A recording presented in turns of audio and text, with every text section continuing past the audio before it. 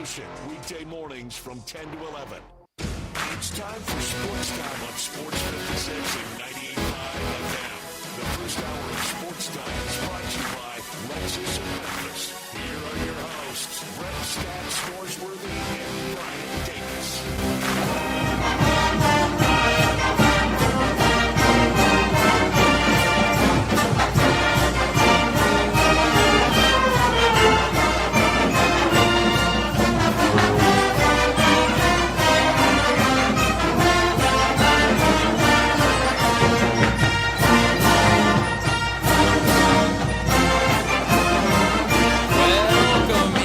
Sports Time on a Fight Song Friday. There might be a lot of people wondering, what fight song is that? Vanderbilt. I kind of am. Oh, well, Brett, we were talking off air about playing the Vanderbilt fight song to start the show, and I told you, Brett, I couldn't sing it to you, I couldn't hum it to you, but when I hear it, I know that I'll know it.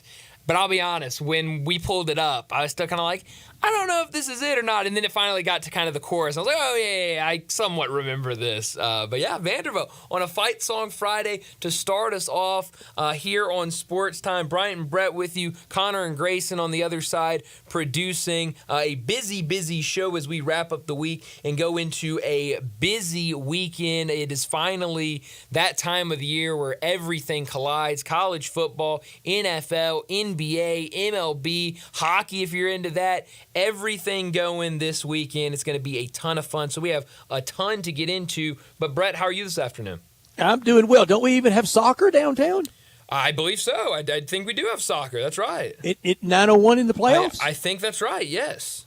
On this famed last weekend in October. How about that? We need some coffee table books about it, don't we? Oh, just everybody knows that last weekend in October. Anything can happen. That's right. It's the Halloween weekend. Next Thursday's Halloween. Yeah. So I guess this is the last one before Halloween. I know it's the last playing date of October. That's hard to believe.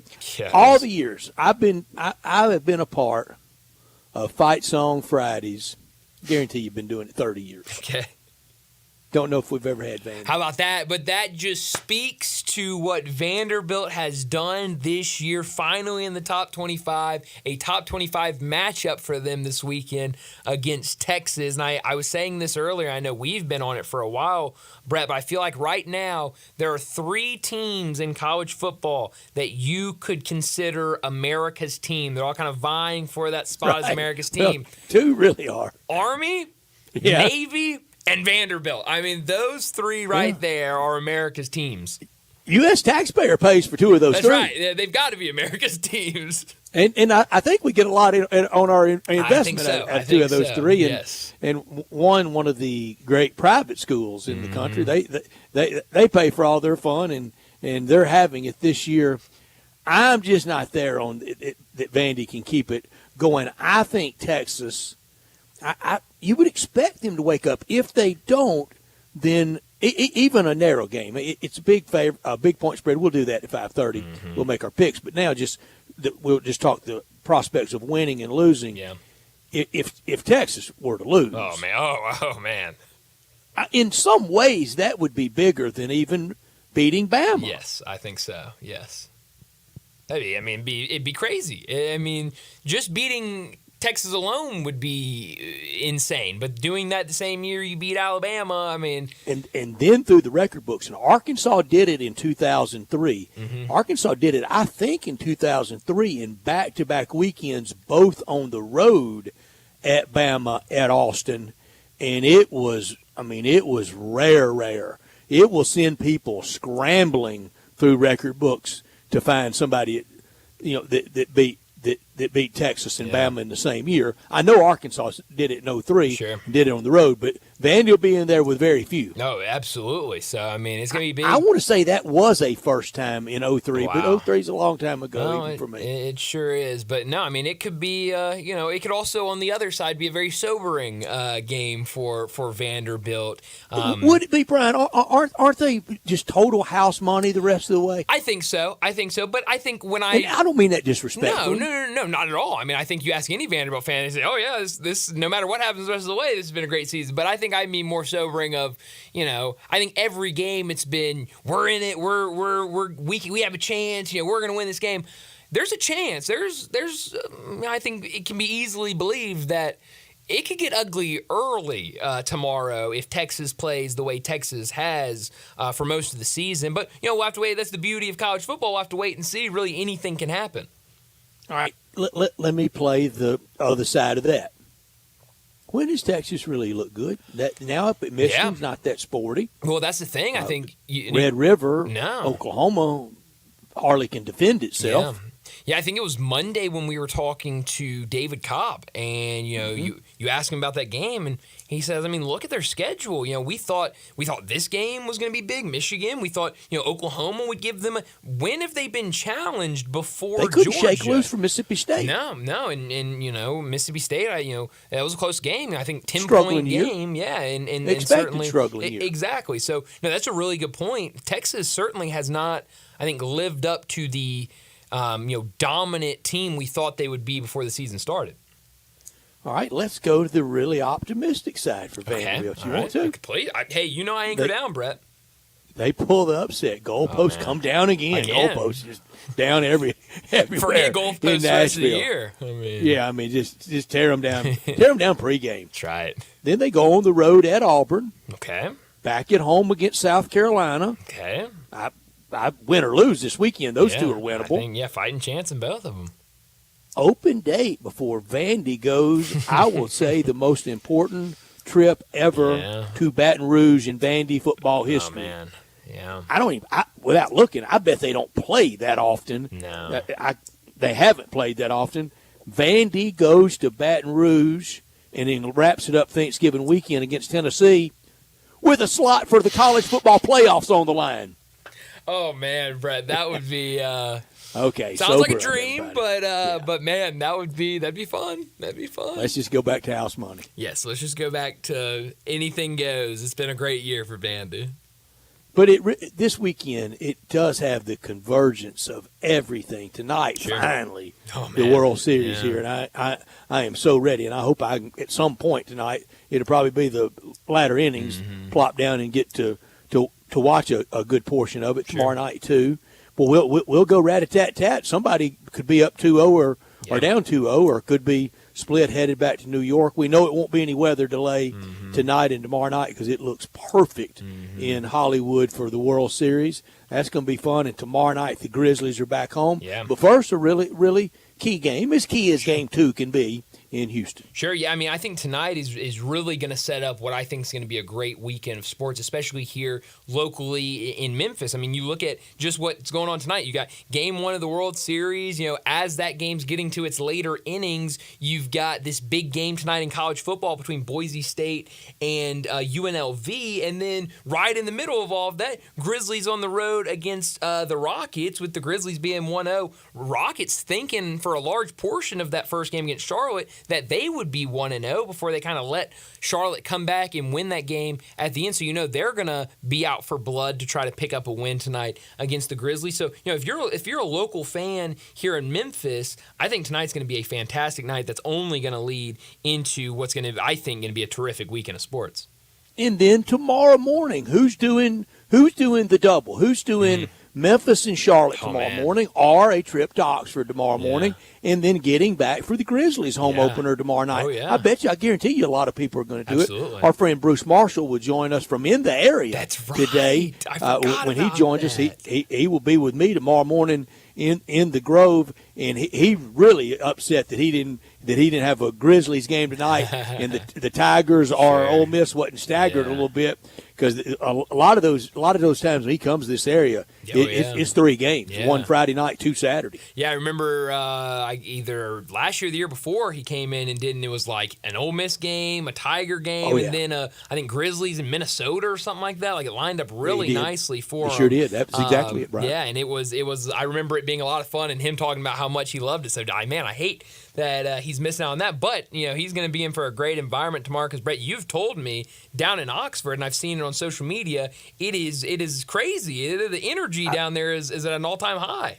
I've never seen it like this Wow. for any game. For Texas and Texas A&M came back-to-back weekends in 2012. Texas non-conference game, and then the next weekend was the first SEC road game for the Texas Aggies. Might have been even in their first game at all, and that was with Johnny Manziel, and that was before he was Johnny Football. In fact, at that time, I didn't even know how to correctly pronounce his last name. We learned, though. Sure. And those two weekends were big. Almost any LSU, kind of any Alabama, famous one, Katy Perry weekend 2014.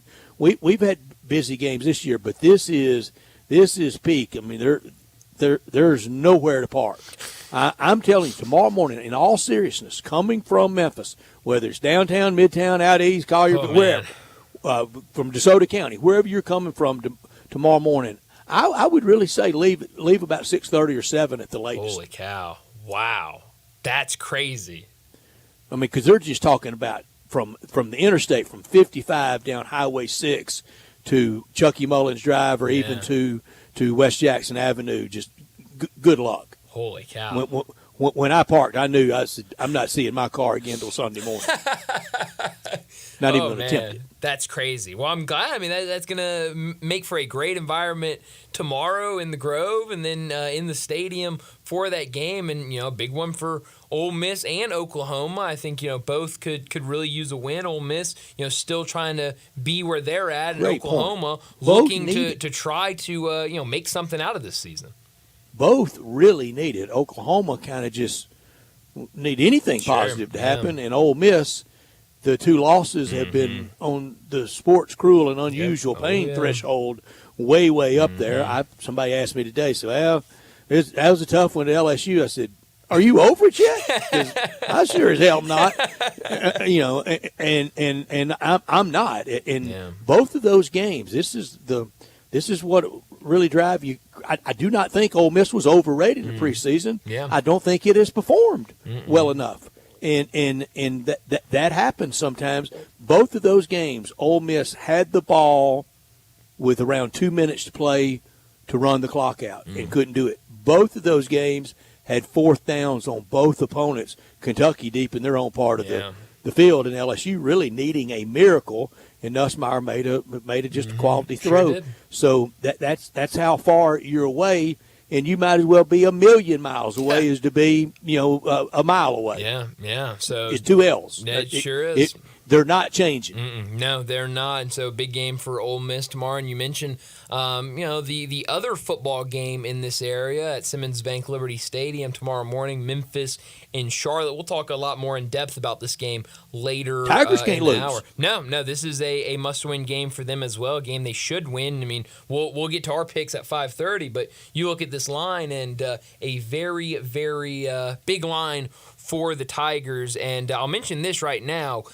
At 3:45 and then maybe a little bit later in the show, we've got a couple pair of tickets to give away to that game tomorrow morning. So make sure you're tuned in. We'll give away the first pair about 3:45. The second pair probably in that second hour at some point. We'll give away another pair. So make sure you stay tuned in because we'll be giving out some tickets. But definitely for the Tigers tomorrow morning, another early one, just like Ole Miss, an 11 a.m.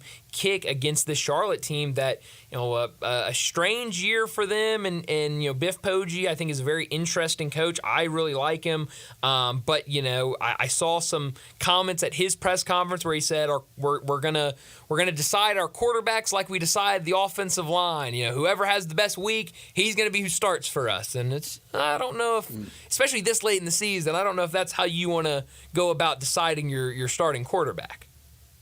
Yeah, if we're not there, we're certainly approaching. This is who you are. Oh yeah. And if you don't know who you are, that is frightening. Yeah, that's not good at all. So we'll see what happens in that one. Even if you're not very good, it's good to know who you are. Yes, exactly. So we'll talk more about that game a little bit later in the show. But let me go ahead and set up today's show before we get to top and not top story of the day. 3:30, Alan Bell from the AB3 and Driving the Line. He'll join us to talk some wagering. 3:45, we'll get back into this conversation about Tigers versus Charlotte tomorrow morning. Talk about this matchup. Big favorites, about 18.5-point favorite right now.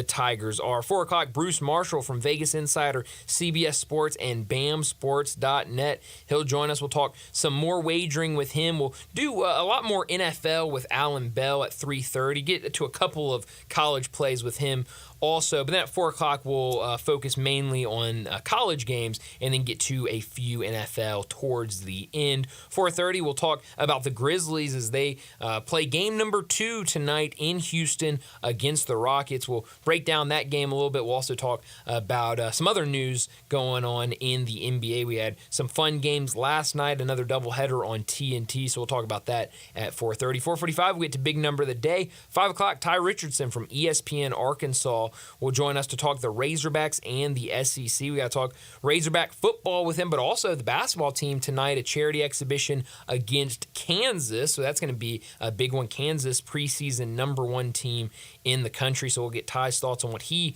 expects to see tonight from John Calipari and his group. 5:30, we'll get to our First National Bank and Trust Friday football forecast. And then at 5:45, we'll wrap up today's show like we always do with Crunch Time. Let me remind you, we're in our Family Leisure Studios where family and fun come together. It's the world's biggest spa sale. It's still going on over at Family Leisure. Save thousands on in-stock hot tubs ready for delivery. Spa starting at $28.99. Cold plunges at $39.99. Swim spas at $17,499. Special financing is available, and don't forget about huge discounts on all in-stock above-ground pools and all patio furniture. It's priced to move. So head over to Family Leisure, 2120 Witten Road, just north of I-40. Connor with us today, and also Grayson, as always. Darren, we'll get his picks. He's not with us. He'll be back Monday, but we'll get his picks at 5:30. He's Bryant. I'm Brett. We're Sports Time. We're with you until 6, and we want you to be a big part of our show by texting or calling 901-360-8255. That's the Sissy's Log Cabin text and talk line. Sissy's Log Cabin guest lines, 901-360-8255. All our guests will join us there. And those tickets that we're going to give away, thank you so much to Sissy's Log Cabin for those. We're always in our Family Leisure Studios wherever we are. Whether I'm in Baton Rouge on a Friday or Oxford, I'm still in our Family Leisure Studio. And this hour every day brought to you by Lexus of Memphis at 2600 Ridgeway and online at lexusofmemphis.com. Great offers on the remaining 24s, all the 25s rolling in. Special leasing options always at Lexus of Memphis, the one and only Lexus dealership in town. Drive in luxury and confidence knowing that every new Lexus comes with complimentary first and second maintenance services. Call them at 901-334-9673, but stop by and visit them at 2600 Ridgeway and put yourself in the driver's seat of the all-new 2025 flagship LS500, and you'll be looking and you'll be driving in style. Dr. Ed Scott's wife is driving a great Lexus vehicle. How about that? That's how big Tiger supporters Lexus of Memphis that they are, and they always have been. When you purchase a Lexus, you get top-of-the-line engineering and design, and that makes for the luxury driving experience. Online at lexusofmemphis.com. Experience amazing at Lexus of Memphis. Top story of the day. Well, my top story of the day, it's got to be this weekend of college football. A really good slate, and it all starts tonight. We have 3 games tonight, but the big one that I know a lot of people are looking forward to, 9:30 on CBS Sports Network. 17th ranked Boise State on the road against UNLV. Boise State 5-1, UNLV 6-1. Boise State lost early in the season against Oregon, while UNLV dropped what was a fantastic game against Syracuse. This one will mean a lot for both teams and their chances for that spot in the college football playoffs, and for Memphis, who they're still in that conversation. If you keep winning, handle your business, you'll be right there in that mix. This could mean a lot for you as well. After tonight, though, you look at this slate tomorrow and just some of these ranked matchups. You've got Nebraska, who's unranked right now, but have had a good season on the road against Ohio State. Notre Dame and Navy, Oklahoma and Ole Miss, 20th ranked Illinois on the road against number 1 Oregon, Missouri, Alabama, Texas, and Vanderbilt. Who thought that would be a battle of two top 25 teams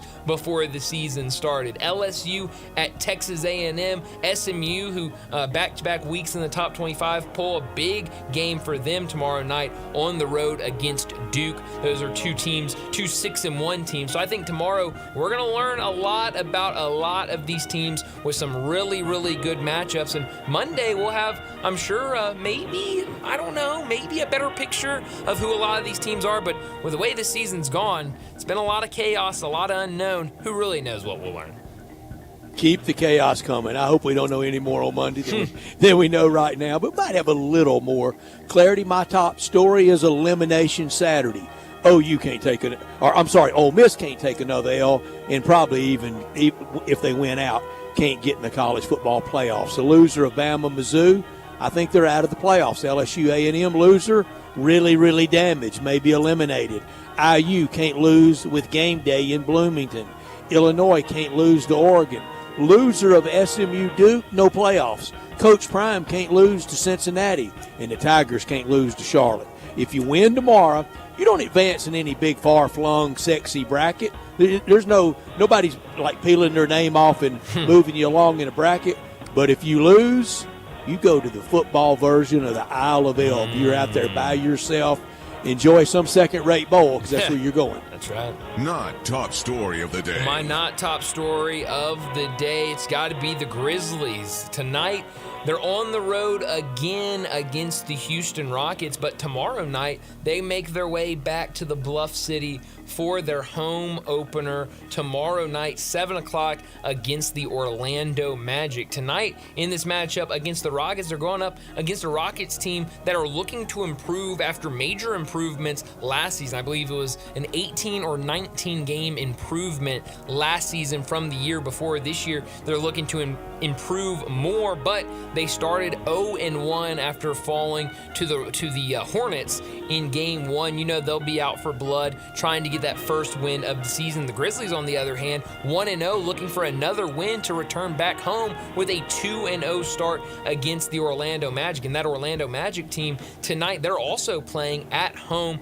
against the Brooklyn Nets. We know Brooklyn Nets, maybe they're looking ahead to the future. Maybe there's some fans already trying to print off Cooper Flag jerseys in Brooklyn. But this Magic team, they have their eyes set on another playoff appearance. A good young team led by several young guys, but Paolo Banchero, one of the stars on their team. They'll be in Memphis tomorrow, and it should be a really, really fun night downtown tomorrow night, as a lot of people, they've been waiting for this season to start. It started, but tomorrow night to be in the FedEx Forum and seeing John Morant, seeing Zach Edey, seeing all these guys back out there will be a lot of fun. It will be. Game 2 of 82. Don't want to make too much of Game 2. But, boy, I want the 1-0 Grizzlies to go to 2-0. Yeah. The only time of the year that we can double our win total. How about that?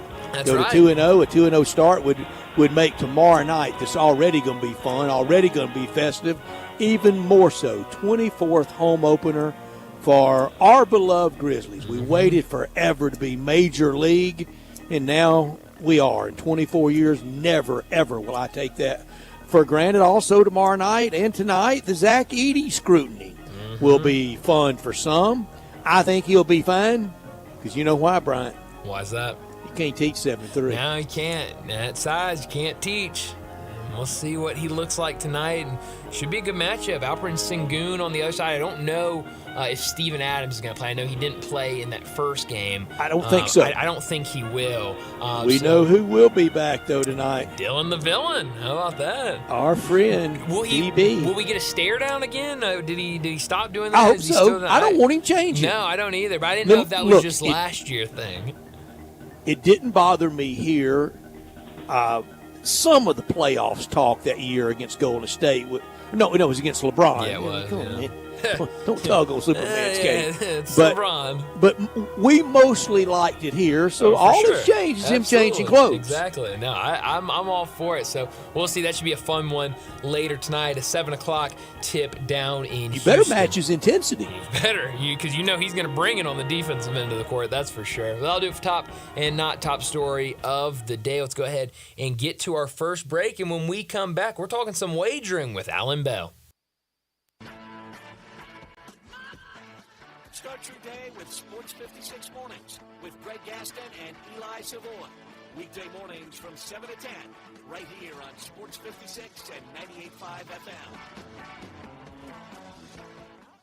Don't do it. Don't do what? Don't do another Halloween spot for Central Barbecue. But it's October. Doing a Halloween spot for Central Barbecue is a tradition. But it doesn't make it a good thing. Nothing else happens in October. Baseball? Not if you're a Cardinals fan. What else you got? National Candy Corn Day. No Central Barbecue connection. Fair point. How about Make a Difference Day? That's to encourage people to do something constructive for the world. And going to Central Barbecue isn't? I'm telling you, it's got to be Halloween. There's no other choice, I guess. Hey, Zeke, Yeah. this year give the kiddies ribs on Halloween. They love that. Seriously, next year, something new. Hi, this is Troy Five-Ash, owner of Five-Ash Roofing. Did you know there are so many roofing companies in Memphis that I don't even know them all? So that begs the question, which one should you choose? So I thought I'd give you a little background about me. My grandfather was a World War II Marine. My father worked for the University of Memphis for nearly 30 years. My mother, a pianist at Raleigh Baptist Church. Seems like forever. I went to Brownsville Road, Craigmont, and Bartlett High School, class of 81. We support the local school systems, youth athletics, and believe in what St. Jude and Le Bonheur stand for. I'm a Tiger and Grizz fan.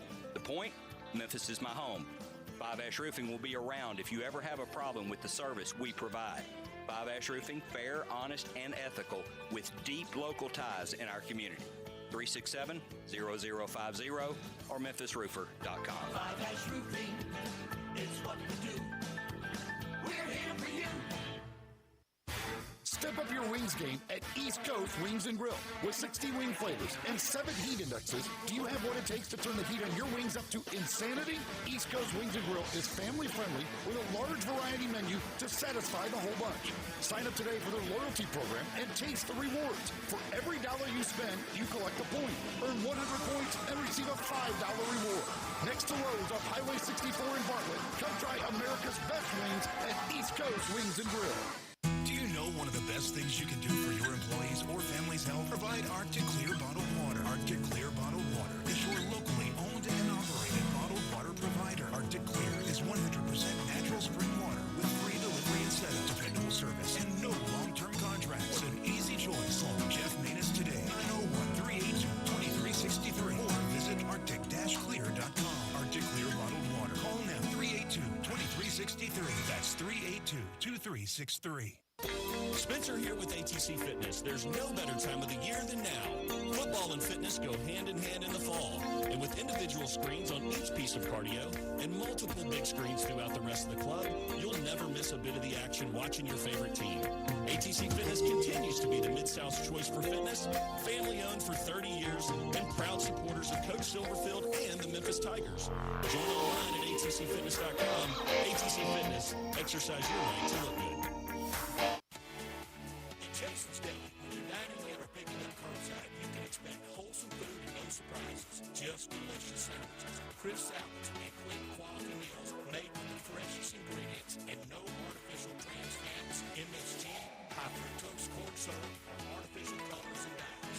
Around here, a lot of thought goes into what we put into our food and what we take out of it. Because you're not just taking a bite, you're getting a taste of who we are. New items are constantly being created to expand our menu for all tastes and special diets, vegan and gluten-free options available, convenience, and on-time delivery you can count on. It's just a click away at jasonsdeli.com. So whether you need to feed 5 people or 5,000, the team at Jason's Deli, they have the credentials and the commitment to keep you satisfied. Freshness is nearby at Jason's Deli with locations at Ridgeway and the Park Place Center, Poplar Highland, Germantown Road in Cordova, and Goodman Road in Olive Branch. Jason's Deli is wholesome food and no surprises. Sports 56 traffic. Good afternoon. It's already picking up out here on some of the major outbound routes like 240, working your way onto 385 Bill Morris Parkway. Don't forget they're working on that 55 bridge this weekend. Don't let that catch you off guard. It's moving right now. I-40 West over here at Danny Thomas as you head across the Hernando de Soto Bridge over into West Memphis. Weimer's Jewelry, serving the Memphis area now for over 40 years. No matter what the occasion is, go by and see them and save a lot of money by shopping local at Weimer's Jewelry on Highway 64. I'm Commander Chuck with your on-time traffic.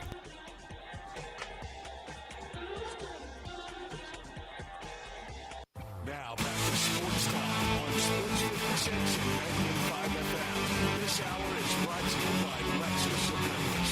Here are your hosts, Brett Stack Snoresworthy and Brian Gates.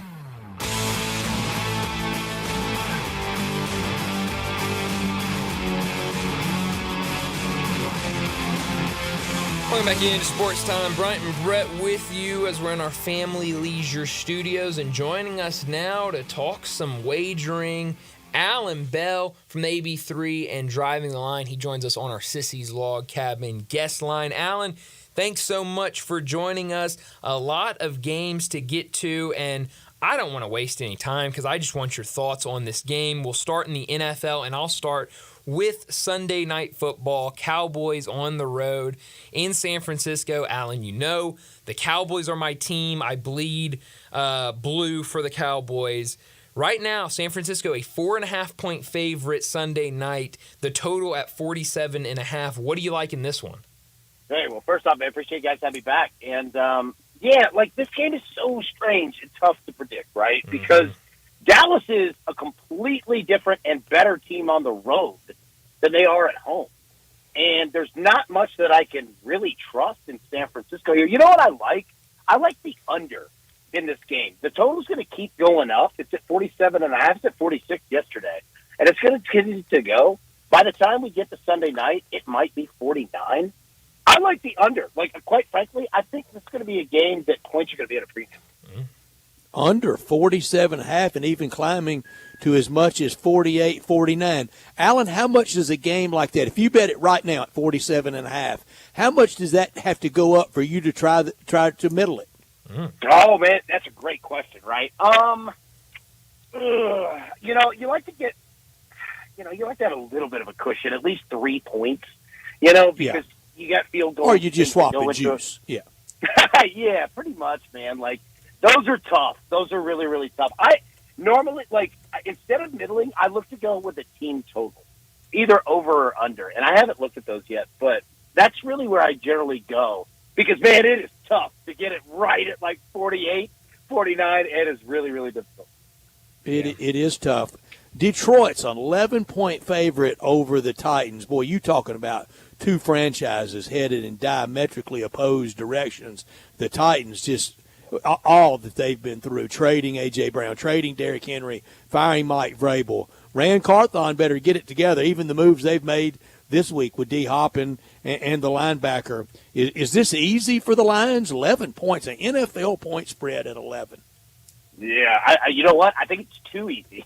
I'll take Tennessee plus 11 because I don't think that Detroit's even going to care about this game in the second half. You know what I mean? Mm-hmm. I would take the Lions and whatever their spread is the first half. I imagine it's probably 6.5. I would take it under a touchdown and then just play the Titans plus 11. You talk about middling right there, right? Yeah. I just don't think that Detroit's really going to care. I think that they'll be up so much early that it's one of those games where you get Goff out, you get, some of your guys out. Because they have to kind of go hard now with Jameson Williams being out, right? So and Hutchinson on defense. Yeah, man. I'll go Lions first half. I'll go Titans plus 11 though because they'll just get some garbage points. Mm-hmm. Yeah. Game at noon on Sunday. Eagles and Bengals, kind of an interesting game right now. The Bengals a 2.5-point favorite at home. That total at 47.5. You look at this game, Bengals one game under 500. The Eagles, they're 4-2, but I don't know how much I really trust them, especially against Joe Burrow and the Bengals. What do you think about this one? Yeah, I don't trust either of these teams. Look, I'll tell you this. I'll take the over in this game, and I'll take the Bengals in this game. And again, you're gonna get one of these two. Okay, like you're just going to, but I think you're going to see a lot of points scored. Joe Burrow's playing great. Like, he's not the problem in Cincinnati. It's their defense, man. They can't stop a nosebleed up there. And the Eagles, I mean, they have their own issues, but they can put up some points when their coach stops yelling at fans, and stopping Jalen Hurts, from throwing deep. When they start chucking, man, especially big A.J. Brown is back. I mean, that dude, I love A.J. Brown. That dude's the catalyst. So I'll roll with the over, but I'll take the Bengals in this one. Their offense is really playing well.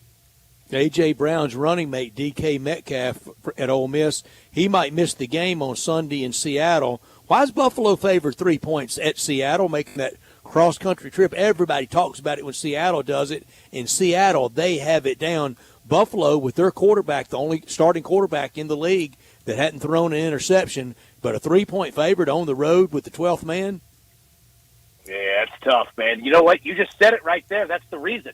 Buffalo just doesn't turn the ball over. They just don't do it, man. And look, it's going to happen at some point. Like, if you're a prop better, like, now's the time to just play interception on Josh Allen until it happens, because just the odds of it will happen, okay? But Seattle, man, like, this game is going to be a ton of points because Seattle throws the ball literally every play. Even though they've got a good running back in Kenneth Walker, they're completely different than those Pete Carroll Seahawks teams. But that, you nailed it right there. The reason is because Buffalo just does not turn the ball over, man. They don't hurt themselves. They're like the Packers, not as good like when they had Aaron Rodgers, but they would just get points on every drive. Might be field goals, but field goals add up, man. And like, you look up, you're like, oh my God, they've got 5 field goals, 2 touchdowns. They're driving again. They just are efficient on offense, man. It's really fun to watch. Mm-hmm.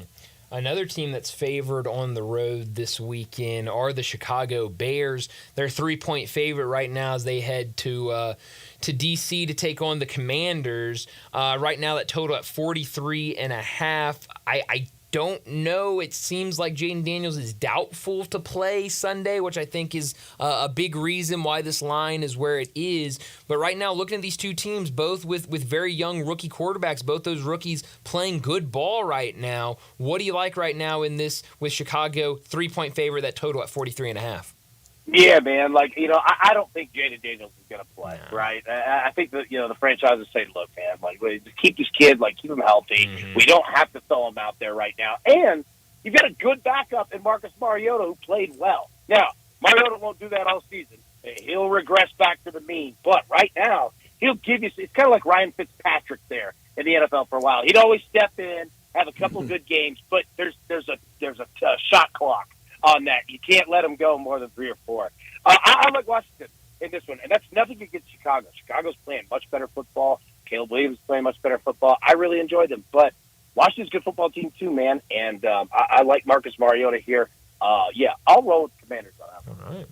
Boy, look at all the Heisman Trophy winners. We got 3 Heisman Trophy winning quarterbacks, and we know 2 will play, maybe all 3 will play. I'm with you. Washington at 5-2, they got a little room to let Jaden Daniels get well. No need in risking him. So you take the Commanders plus the 3 at home against the Bears. Anything from the NFL we haven't covered you want to? Man, I'll tell you this, all right? So you look around it, all right? And, we were talking about, like, the Lions and the Titans, and that game is going to be just gross. Nobody wants to watch that one at all. But you do have some solid games out there, okay? A couple. And ones that you want to pay attention to, all right? The Packers and the Jaguars, all right? The Packers are -4 on the road, Jacksonville. Jacksonville just played 2 weeks in London, all right? Their body clocks are now in England time, all right, coming back home. I like Green Bay at a short number on this one. And then give me the Atlanta Falcons, -2.5 on the road against the Bucs. The Bucs are down some playmakers, man. Mike Evans, Chris Godwin, those are big-time players for that team, and they had a ton of production in that offense. I like Atlanta with the points in this one, man. I think the Falcons, they jump all over Tampa here. And these two just had a wild one a couple of Thursday nights ago. They sure did. They sure did, man. And I love, when you get to run it back the second time, especially when it's, close in terms of the first one. And, yeah, there's a different Bucks team without those dudes, man. And the Falcons are coming in ready to go. Yes, Alan, how enjoyable has it been this week to be around your Tennessee friends? Back-to-back weeks over Florida and Alabama at Neyland. It just looked electric. It looked like a lot of fun. Everybody just on cloud nine. They are, and it's so strange because it's like if we talked before the season started, all right, and we said Tennessee would score 0 points in the first half against Florida and Alabama and win both of them, you would have given me a drug test before I was allowed to come back on the radio. You know what I mean? Who would have thought any of that? This is just a wild, wild season. But, yeah, I mean, everybody, around this area, man, they're happy because they've seen the other side, and it's not too happy or enjoyable. It's a lot of fun so far. Give us your college football favorite game or two. Man, okay, so the first one, all right, give me Vandy plus 18 and Let's go. Yeah, against Texas. Look, Texas is going to win this game, especially coming off of a loss, right? But Vandy's good enough to hang around with you. And then also, I'll say this, man, a really fun game is going to be Navy and Notre Dame. And give me Notre Dame minus 13.5. Everyone in the world is going to bet Navy, and I hate betting against any armed forces, team, but Notre Dame. We like cash.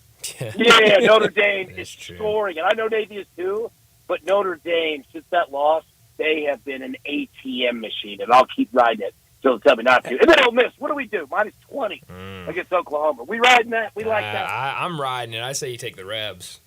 Yeah, Oklahoma ain't good, man. Ole Miss can have their way with them. Alan, if somebody had told you in 1984, or if somebody had told me in 1984, you weren't here in 1984, I was. If somebody had told me in 1984 that 40 years from now, Oklahoma's going to be in the SEC, and the first time they go to Oxford, they're going to be a 20-point underdog to Ole Miss.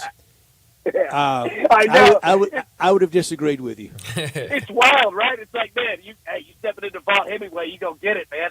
The crazy thing is Oklahoma might not score, and I'm serious about that. Ole Miss might shut them out. It's going to be awesome. I think they could. I do. Could. You're right. Yeah. We're for Navy when it matters. I mean, at Guadalcanal, at Corregidor, we're for the Navy when it really matters. I mean, what a reference right there. That was solid.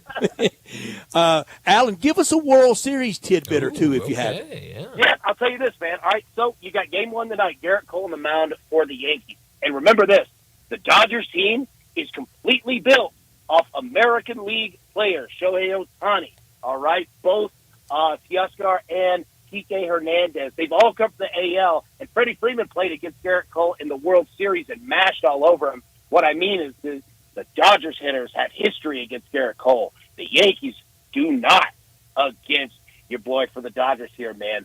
There could be some home runs tonight. I like the over 8.5. Okay, I like that. Give you something. And you got a series pick? Yeah, give me the Dodgers. Look, I think that they're a better team overall. Even though the Yankees pitching is better, and especially you throw in the sad news about Fernando and all that, it's going to be a charged crowd, man. They're going to be fired up. I think we get 6 or 7 games out of it. But I'll take the Dodgers. Great. Yeah, I do too. That'd be great. Well, Good Alan, stuff. Good as luck always, this yeah, good luck this weekend. Thanks for joining us. We'll do it again next Friday. Right, look forward to it, boys. Y'all have a great weekend, man. Thanks, Alan. Thank you Right very back much. at you. See you, bud. Alan Bell with us every Friday. A lot of fun. We got to do World Series Yes, picks. we Give me do. the Yankees. I'm also going to take the Yankees. I'll be completely honest. I flipped a coin. I didn't know which way to go. I that liked both right? sides. I flipped a coin, Sound landed of on that, the huh? Yankees. It was heads for the Yankees, tails for the Dodgers. Came out heads. I'll take the Yanks. Darian takes Yankees. Group lock, Whoa. Connor? I have the Dodgers. How about that? Oh. Okay. We're 1-1 in baseball group locks. We all had the Orioles way back when. It feels like that was in August in the wild card round against Kansas City. That was our loss. We all had the Yankees in the divisional series. That feels like that was in late September against Kansas City. And now here we are approaching November 1 in Game 1 of the World Series tonight on the 25th of October. And a lot of World Series we used to end around this time. That's right. I mean, that's nothing screams World Series baseball like November. And, Bryant, you know what's coming up Sunday, October 27th. You know what that is, don't you? I don't. My favorite sports night of my life, Okay. David Freese, home run. Man. When you were young and impressionable That's and pulling right. for the Rangers, That's you right. came around, though. Yeah. Came over to the Cardinal Yeah, side. Sunday did. night will be Yeah. the 13th anniversary of the most important home run in Cardinal history. Yeah, that is the one thing that, whenever I meet somebody and we start talking baseball, I tell them they're Cardinals. Oh, man, I'm sure you were young when that happened, and I thought it was probably great for you as a young Cardinal fan. I was like, no, it's actually one of the worst moments of my sports life, actually, because I was a Rangers fan back then. Oh, Brett it's okay. enjoyed that one. That was Game 6. Came back the next night to win it in Game 7. Hey, everybody, the Chevy truck season sale going on right now at Olive Branch at All-Star Chevrolet. Financing as low as 0%. Now available on all the new 24 Silverados. No payment till 25. Your Silverado can be payment-free through Christmas and New Year's. Your good credit deserves it. And Olive Branch is where all the new Chevy Silverados and Tahoes are. Incentives at All-Star on the new Equinox can get your price in the low 30s, even down into the 20s. Check out the huge, and I mean huge, All-Star pre-owned section. Toyotas, Jeeps, Silverados, everything you can imagine, they have it on the lot at All-Star. Don't miss the final Chevy truck season sale going on now in Olive Branch at All-Star Chevrolet. For more information, go to allstarautogroup.com. Let's get to a break. When we come back, we got to talk about tomorrow morning's game between Memphis and Charlotte. We'll do that next on Sports Time. Be sure to follow us at Sports56 WHBQ on Twitter, Facebook, Instagram, and YouTube to watch live video of our shows. Stay up to date with station events and have chances to win prizes. Don't miss out on anything that's going on. Follow us at Sports56 WHBQ. When you think about insurance and you want great value without sacrificing great service, I want you to think one place: the Eflin Insurance and the entire Eflin Insurance team. Matt and his group of professionals will access 10 leading companies to find the right home and auto program that fits your budget and your absolute needs. The Eflin Insurance team, the number 386-GER, 386-4777. It's here. Genesis Diamonds, the largest ever sale of luxury. You can't miss this special 2-day event this Friday and Saturday. During this event, you can take advantage of special pricing, see the largest clients, and the stunning selection of luxury diamonds, hundreds plus Submariners, Daytonas, Pepsi, highest model Rolex watches that you can't find anywhere else. Luxury premium Rolexes are in pristine, light blue condition, some just out of the box. All priced to sell at this event. Purchase a luxury premium Rolex or visit a Genesis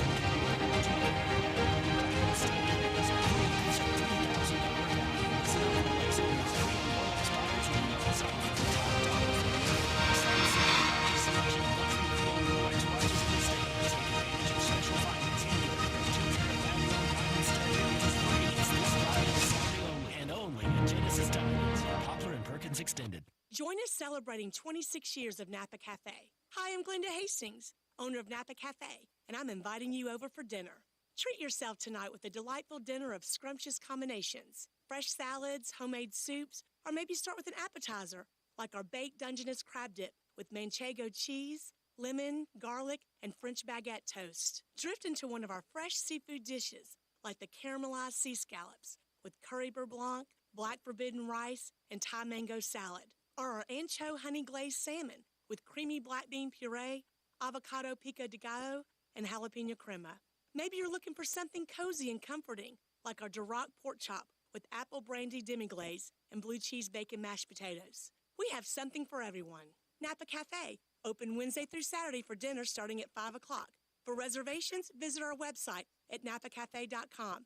Come join us as we celebrate 26 years of Napa Cafe. I'd sure love to see you. Adventure days are rocking at Gossip Chrysler Dodge Jeep Ram Fiat on the pike. And I've got Rockin' Ronnie waiting to put you in a new ride. Randy, listen to this. 2024 Dodge Durango SRT, $10,750 off MSRP. A 2024 Dodge Hornet RT, $8,500 off MSRP or 0% for 72 months. A 2023 Charger Scat Pack, $10,000 off MSRP.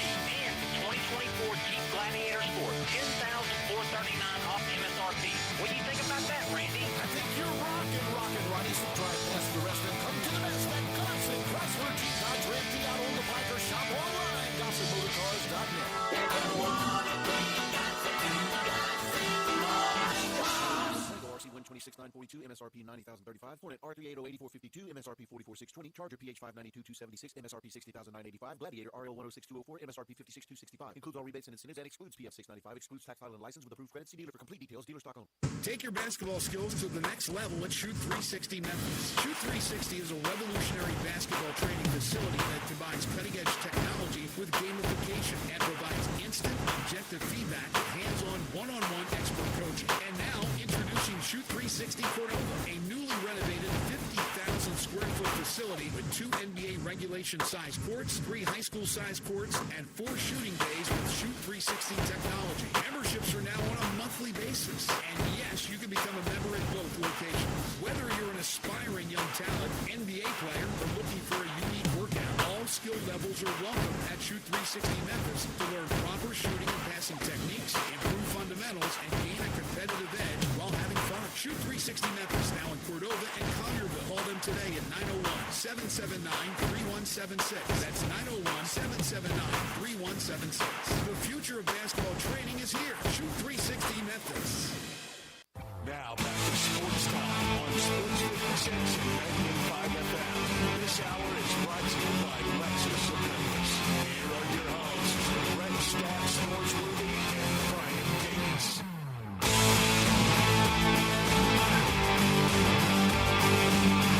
Welcome back into Sports Time. Bryant and Brett with you. We got to talk about the Tigers as they host Charlotte tomorrow morning, 11 o'clock tip at Simmons Bank Liberty Stadium. Before we start talking about it, our friends over at Sissy's Log Cabin, nice enough to give us a couple pair of tickets for tomorrow's game. So let's go ahead and give away the first pair of tickets for tomorrow morning's game. 2 tickets to the first caller to the Sissy's Log Cabin listener line. That's 901-360-8255. If you want to go to the game tomorrow, be the first caller to our Sissy's Log Cabin listener line. Again, 901-360-8255. These are great seats. Oh, they're fantastic seats. So make sure you call in. Connor will get you all set up. He'll get your name and information, and we'll get you those tickets for tomorrow morning. But, Brett, we talked about it earlier, a big game for the Tigers, a game that they're going to be big favorites for, and a game that they need to go out there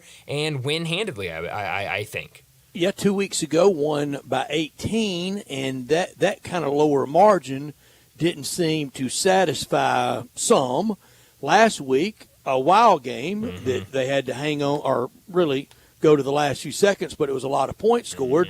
That didn't seem to satisfy some. So I want to see what tomorrow's margin and the satisfaction level of the victory tomorrow, and it will be that tomorrow, because I think people should be enjoying this year and enjoy being bowl eligible again, and not just bowl eligible, going to blow through it. I don't think, except for Tulane, I don't think there's even a potential of another loss this year. No, yeah, it feels like that last game against Tulane is going to be the next one. And for Charlotte, it's been a weird season. This is the same team that I remember us talking about week 1, where Biff Poggi in his weekly press conference said, about half of our starters are going to be out this weekend with injury. And everyone's going, how in the world are you playing this game with injuries? And you look at that quarterback position, he talked this week about, we'll see whoever has a great week in practice will be our starting quarterback. And a big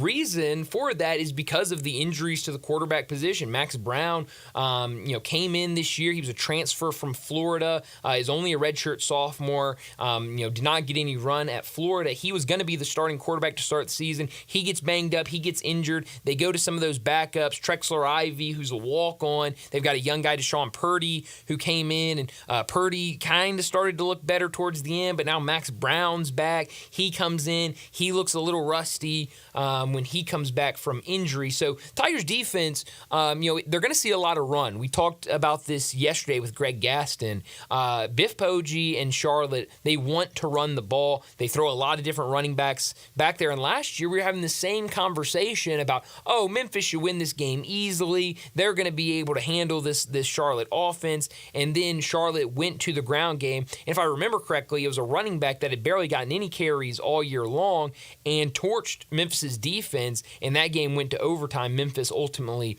won that game. But I do think at home tomorrow, Memphis is going to look a lot better. this is not the Max Brown that was at USC around 2012 or 2013. No, different Max nobody Brown. has. In fact, it's spelled differently. That was Max. This Max Brown is the traditional BROWN. That was BROWNE. So not that. But now with eligibility, hey, you never know. You never know.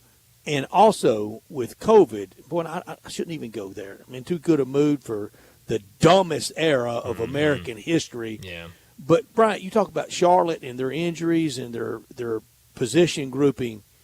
They would have that would have been opt-out COVID year. Oh yeah. And now, just like we should have then. No, you find 11 on offense and 11 on defense and make it the best damn way you can make it. Yeah, no, that's a good point. You're right. I mean, go back to some God, of those that was COVID insanity. days. Oh, yeah, it was a mess back then. But, I think, it should be a fun morning tomorrow in Memphis, and we'll see, what this Tiger team looks like. Last week, I think you saw a lot of promising things offensively. It felt like that offense really got rolling. I hope that we see them continue to look that good offensively, especially with the way this defense has played most of the year. Charlotte, Memphis tomorrow, Tulane next Thursday. Do they continue the Biff Poggi experiment next year? Yeah, it's going to be tough. I think there's going to be a lot of conversations over the offseason. I think a lot of it will have to do with how the rest of this season ends for them. They're 3-4 right now. I think it's going to be tough. You look at the rest of their schedule. It's Memphis tomorrow, home versus Tulane, home versus USF, at Florida Atlantic, home versus UAB. If something happens and they're able to find 3 wins in there and get bowl eligible, I think it'd be tough to cut ways with them. But I think if they don't get bowl eligible, there's going to be a lot of conversations about maybe moving on from him because so far it's been pretty rough for Biff Poggi and Charlotte. But really excited for tomorrow morning's game. Chalk him and Trent Dilfer up there, it didn't hurt to try. Sure, yeah, definitely. I think both of them were, the hires. Hey, okay, let's see what happens here. Kind of, non-traditional hires. Let's see what happens. And, both, having a tough time right now, especially Dilfer. I mean, that UAB team is rough to watch. We got the tickets. Somebody won, right? Yeah, we got those tickets taken care of. Are you going to the Tiger game in the morning? Yeah, I'll be there. Good. I'll be there. I know. Are you doing the double tomorrow? Unfortunately, I'm not going to be able to do the double. I've got some things to take care of tomorrow night that kind of conflict me being football at the in the morning, game. Grizzlies at night. And a girlfriend that sometimes that doesn't add up. Yeah, it's a lot, but no, Someone's gotta give. She's real excited because she loves the Biff Poggi story and she likes watching Charlotte, so she's really excited to go to this game tomorrow morning. So we're gonna have a good time. Connor's here in the morning. Connor, are you going to the Grizzlies game tomorrow night? I will not be going to the Grizzlies game either. I should. I should think about it. Just all business. For all business. Right? Making that money, Brett. You know how he it is. the weekend right. soldier. Yes, he is. Well, let's go ahead and wrap up this first hour and get to a break. And when we come back, we're going to talk some more wagering with Bruce Marshall.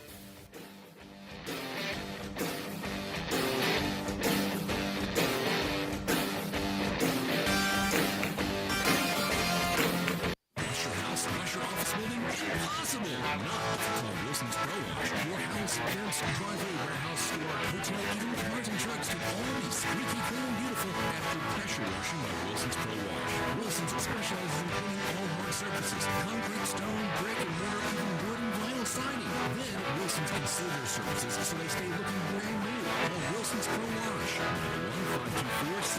901-524-6799, or online at wilsonsprowash.com.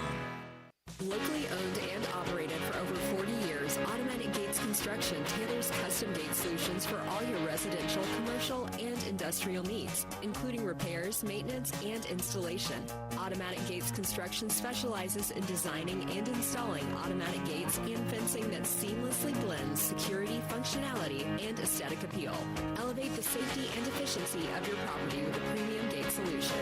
Automatic Gates Construction at myautomaticgates.com. You or someone you know or care about has dealt with a difficult divorce. When facing divorce, you need the attorneys at Rice Law. Nick and Larry Rice lead the firm with 3 generations and 7 decades of experience. Located in Memphis, serving the entire state of Tennessee and North Mississippi. Rice Law is who you need to call. Simple or difficult divorce, they know how to handle it. Call Rice Law at 901-526-6701, or for more information, visit them at aboutdivorce.com. That's aboutdivorce.com. Halloween's coming alive at Target. Jackie and Gordy, the Jack-O-Lanterns, here with a front porch view of Target's Halloween deals. Like Best House on the Block trick-or-treat candy starting at $5.99. Sweet. Don't forget, can't wait to wear it costumes from $15. Can't wait to see it. Oh, and decorating and pumpkin carving kits for $5. That's how I got my big toothy grin. This week only, trick-or-treat candy starts at $5.99, costumes for $15, and decorating and pumpkin carving kits for $5. Make your Halloween come alive at Target. Restrictions apply. Step up your wings game at East Coast Wings and Grill. With 60 wing flavors and 7 heat indexes, do you have what it takes to turn the heat on your wings up to insanity? East Coast Wings and Grill is family friendly with a large variety menu to satisfy the whole bunch. Sign up today for their loyalty program and taste the rewards. For every dollar you spend, you collect a point. Earn 100 points and receive a $5 reward. Next to Lowe's on Highway 64 in Bartlett, come try America's best wings at East Coast Wings and Grill. Sports 56 traffic. Good afternoon. It is Friday. Give yourself a little bit of extra time out here. It's trying to build over here on 40 East from Hollywood over to White Station. Don't forget they're going to work on that 55 bridge this weekend. It could catch you off guard. Traffic's moving right now over in that area. It's just busy at times 55, working your way south of Memphis on down into DeSoto County. Hey, Vet Tech Workshop Weekend for the teens. It's happening tomorrow at 10:30. Check out the Humane Society's website at memphishumane.org for all the details. I'm Commander Chuck with your on-time traffic.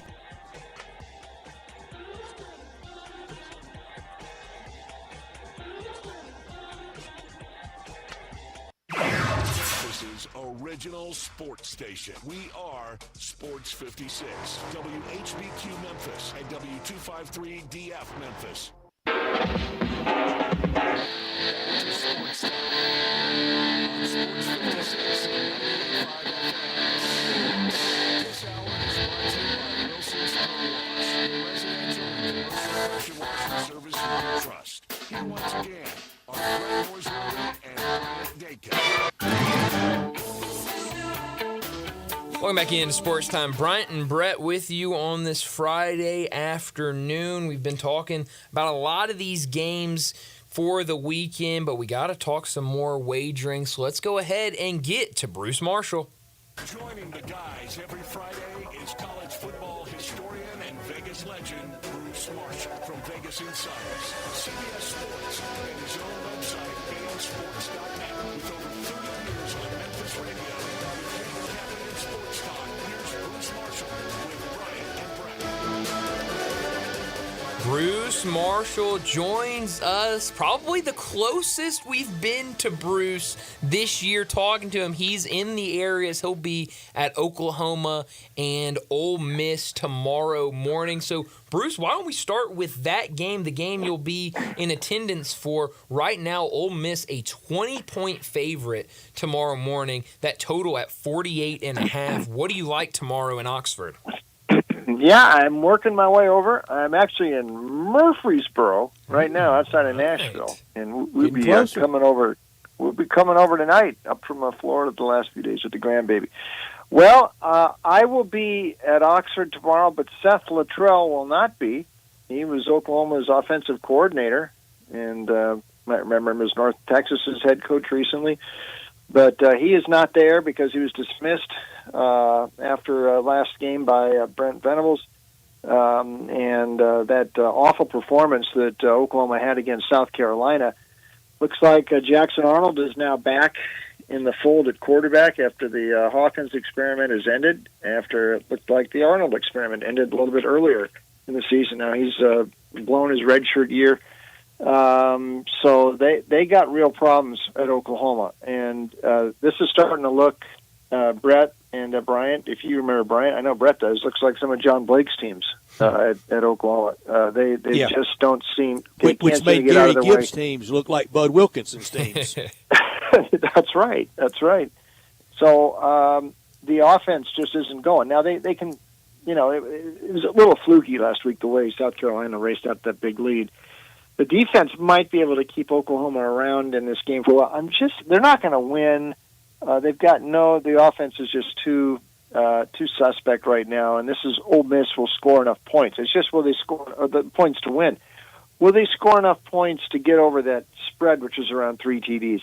That I'm not sure of. It is just a very heavy number. I mean, if Oklahoma gets 10 points in this game, that might be enough to cover the game for the Sooners. But I'm not sure they're going to get that much. Just watching the way things have progressed for them this year, and just really helpless the last couple of weeks. I just hard to see it getting better, especially changing coordinators. That just looks like a desperate move by Venables, who normally might be in some trouble. I don't know. I mean, Oklahoma, I think they just re-signed him to an extension in the offseason, or added an extension to him. But there's some people very restless up in Norman. 9-7, Ole Miss, so I think they'll probably get there. Oklahoma this ain't the Oklahoma we got used to seeing in the past, guys. This is a downgraded version of the Sooners for sure. Yeah. Jamel Holloway's not walking through that door, is he? No, not at all. Not at all. I mean, they'd take Josh Heupel walking through the door right now as quarterback and maybe even coach. Bruce, you skipped just a little bit. Give us that score prediction again. 29-7. So I think Ole Miss will get there. I don't love this spot because this number is pretty tough, but they got to win this thing by 3 TDs. I think they can just get there. Maybe an under is more worth looking at in this one. Almost at the same time. Starts about 45 minutes later. Arkansas laying the 7 points on the road at Mississippi State. State has won 9 of the last 12 in this series, playing better. I tell my State friends, Jeff Levy's going to get it right. They're going to beat somebody the rest of the way this year. It might be Egg Bowl. It could be tomorrow. It could be against Mizzou in Starkville. What do you think about Arkansas and Mississippi State tomorrow morning in Starkville? I think you're right, Brett, and I think it might start tomorrow. I mean, this is 3 really good efforts in a row by Mississippi State where they were hanging around, and they ended well up within the point spread against Texas, Georgia, and Texas A&M. Those are 3 heavyweights, and they didn't look outmatched there. Now, I think inadvertently, sort of, Jeff Levy, when Blake Shapen got hurt, and Michael Van Buren, the freshman, stepped in. He looks better than Shapen did. He has thrown 3 TD passes each of the last 2 weeks. I mean, he is making plays. He's not afraid to throw downfield, and he's given them an unquestionable spark. But they're scrappy on defense, and now they've been playing these games on the road until last week, and they were fighting Texas A&M pretty good.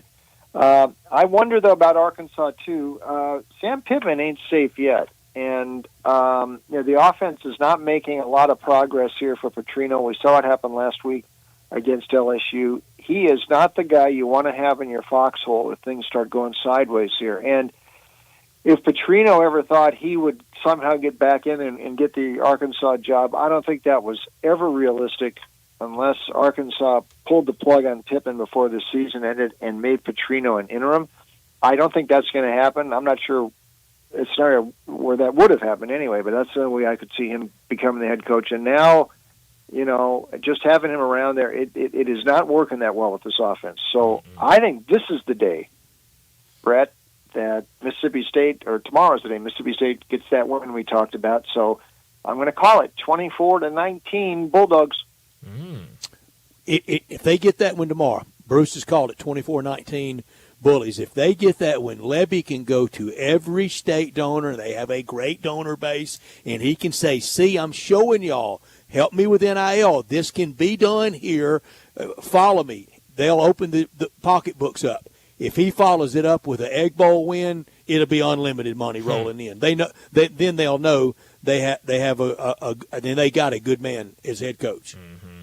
Yeah, I agree. Then they got to keep him. So that'll be the next step. Yeah.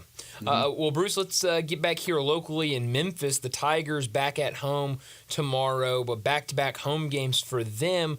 This week they host Charlotte. Charlotte's been a weird year for them. A lot of injuries, quarterbacks in and out, a lot of the reason due to injuries. But the Tigers now 6-1, bowl eligible for the 11th straight year, coming off that win last week against North Texas. They're 17.5-point favorites right now against Charlotte. That line has been moving. It was 18 earlier today, now down to 17.5. What do you think about this one tomorrow morning? Charlotte has been some interesting games there. I mean, like last week, they just got pummeled at Navy, but that can happen running into Army and Navy this year because they're so awkward to play against. But that one against East Carolina, which, by the way, I think had a lot to do with Mike Houston getting the pink slip after last week. Yeah. But they took East Carolina apart a couple weeks ago. They won a game at Rice. Biff Poggi is interesting guy, the head coach there, and they've had 3 quarterbacks they've had to use this year, but.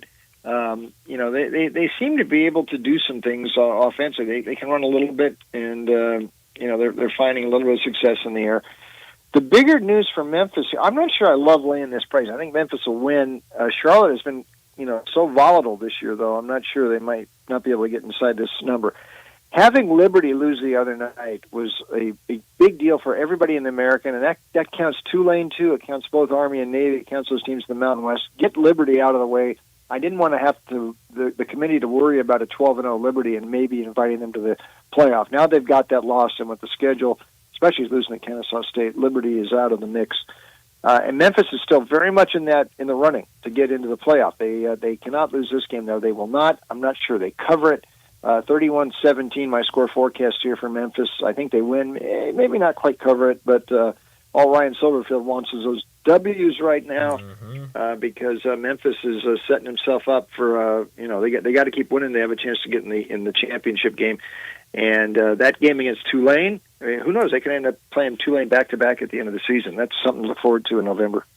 They sure could. A big one for that Group of 5 representation. It's tonight. UNLV at home in Vegas against Boise State at the home of the Raiders. Boise, a 4-point favorite. Break down to that game tonight at 9:30 on CBS Sportsnet. Yeah, it is. And I think you'll see some points scored. I don't know if this total is high enough, 63.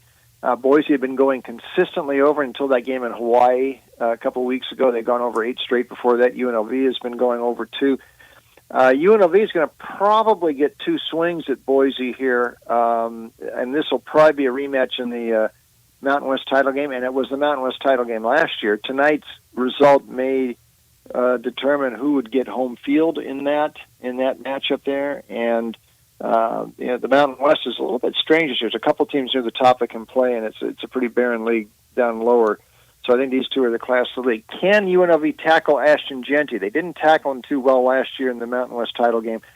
I don't know that anybody in this league can tackle him, really. One-on-one, you need to kind of gang tackle him there, so it'll be a real test for this UNLV defense. He is such a threat. What a different year this is when you got a Mountain West running back who is maybe the Heisman leader into late October. That is really something.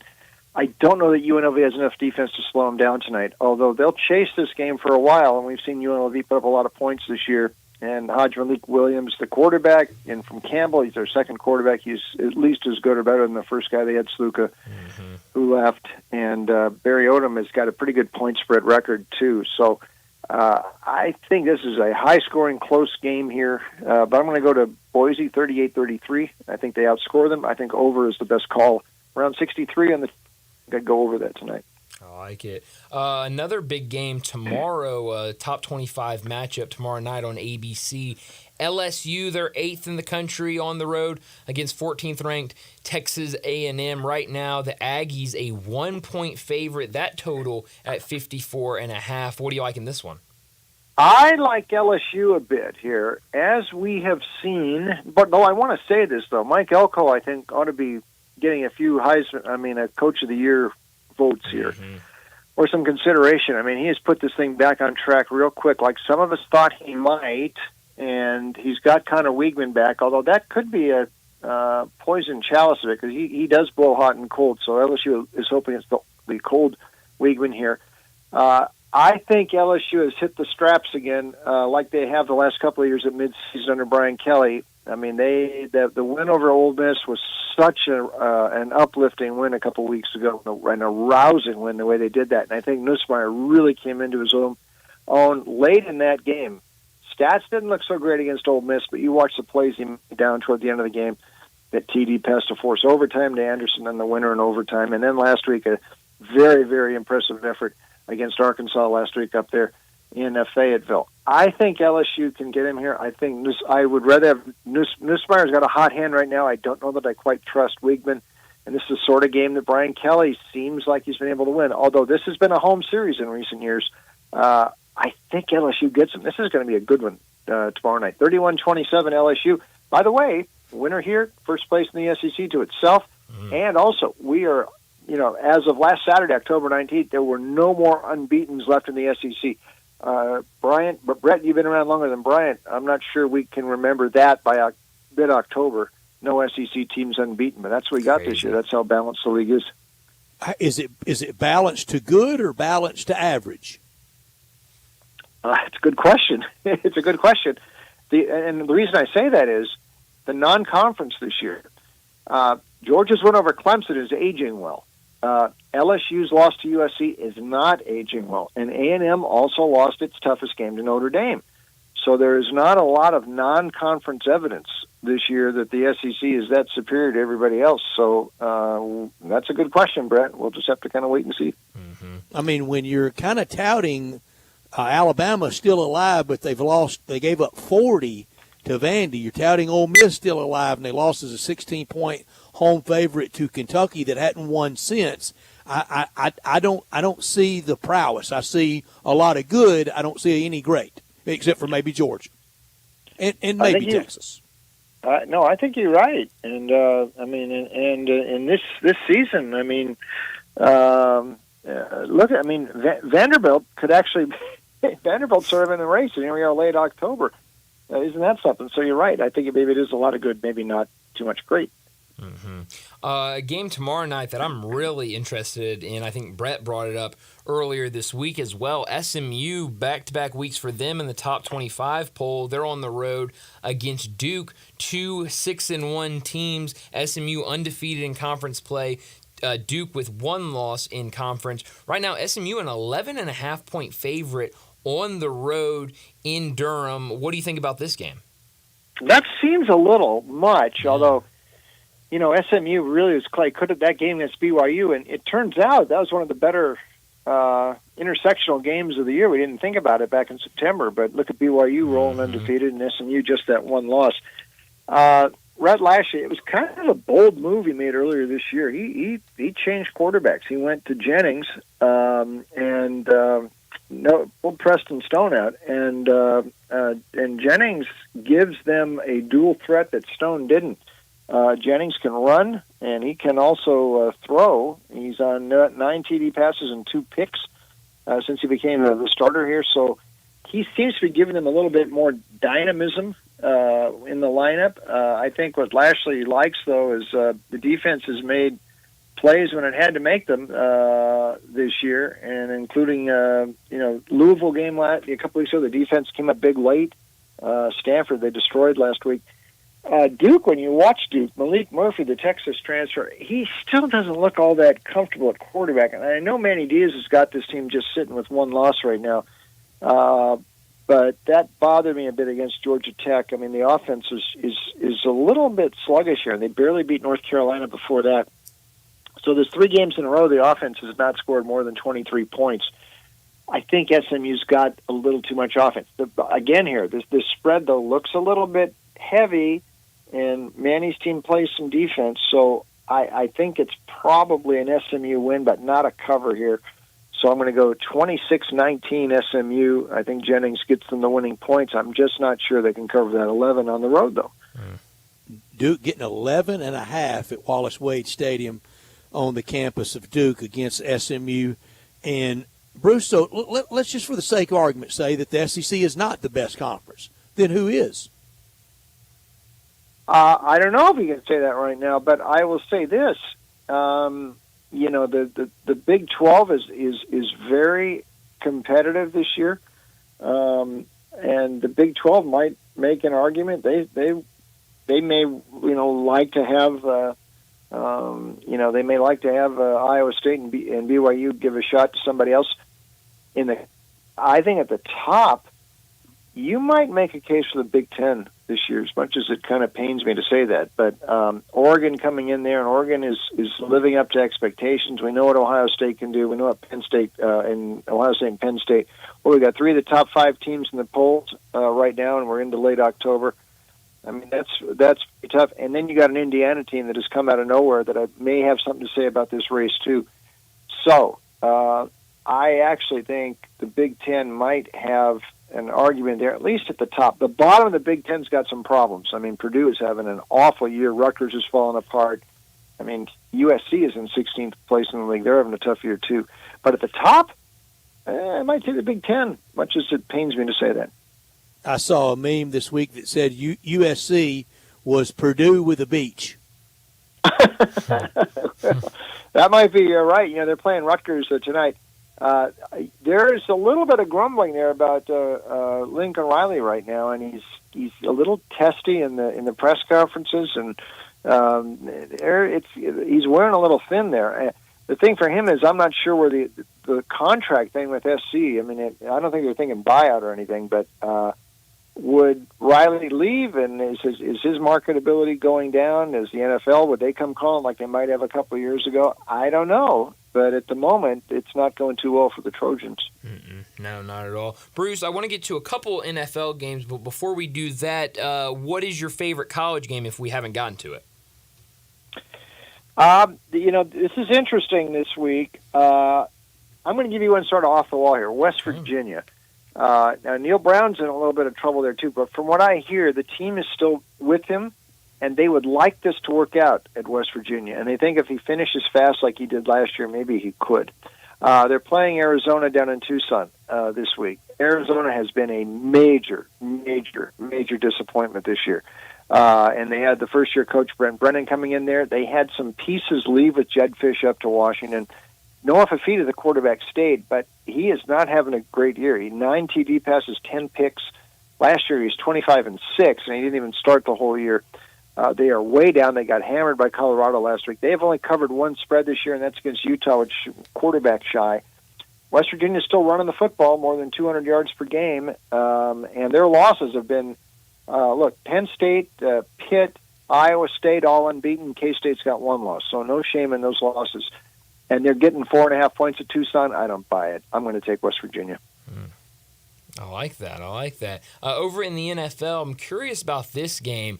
The Cardinals on the road in Miami against the Dolphins. Right now, Miami, a 4-point favorite. It sounds like Tua has cleared concussion protocol. It sounds like he will play on Sunday for the Dolphins. Like I mentioned, Miami, a 4-point favorite. The total, 46.5 in that game. Do you like anything in this one? Rare noon game or 1 o'clock game in Miami. That's right. Yes, I sort of like the under, even with Tua apparently coming back. First off, he comes back. He hasn't played since week 2. He could be rusty. And Miami had been trending under late last season with Tua, and they were early this season too. This looks like an under sort of game to me. I was impressed with the Cardinals on a Monday night against the Chargers. They hung in there. Murray making some plays. They seem to be sort of controlling the pace a little bit more. They're not quite as frenetic with Arizona.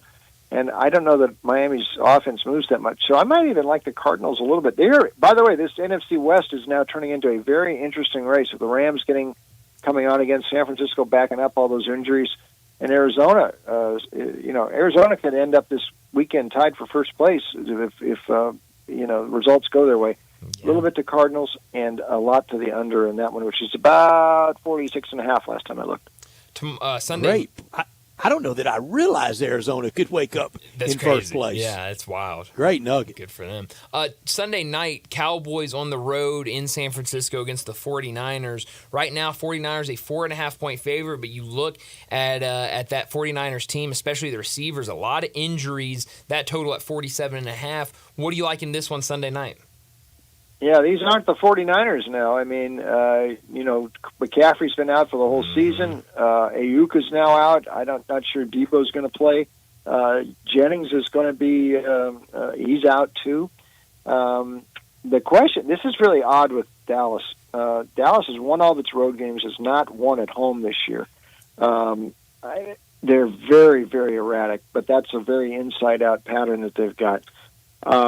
In the last couple of years, obviously I'd take San Francisco here. They've had Dallas's number. I am just not sure right now San Francisco's got the horsepower offensively because, that's too many guys out. I think they win, maybe don't cover. 23-20 Niners, my score forecast there. So Dallas plus the 4.5. Yeah, I hate that, but I'm afraid you might be right, Bruce. As a Cowboys fan, I don't have much faith in them. Anything else in the NFL you like? Yeah, there's a couple. You know, I know Denver is going here now. Bryce Young's back in at quarterback this week for the Broncos. I'm sorry, for the Panthers. Andy Dalton got hurt in that little auto mishap the other day. Got an Iron Bowl matchup. Bo Nix versus Bryce Young. How about that? There you go. And Bo Nix and Bryce Jones. I'm going to take Bo Nix here because Denver is on the improve, so I'll take the Broncos laying 10.5 there now. One other one, maybe Washington. They're getting points. It looks like Jaden Daniels is out. Mariota, though, is a quality backup quarterback, and we saw him come in there against Carolina last week. I don't think the Bears should be laying points on the road, so I'll take Washington plus.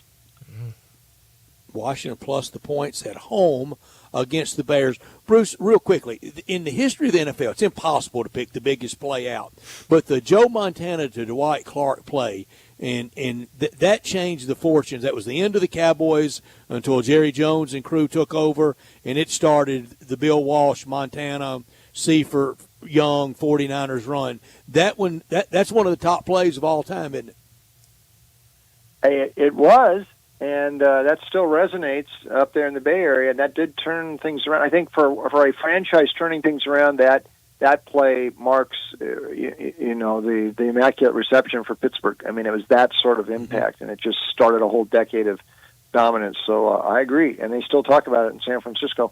Mm-hmm. Bruce, you like anything in the NBA tonight?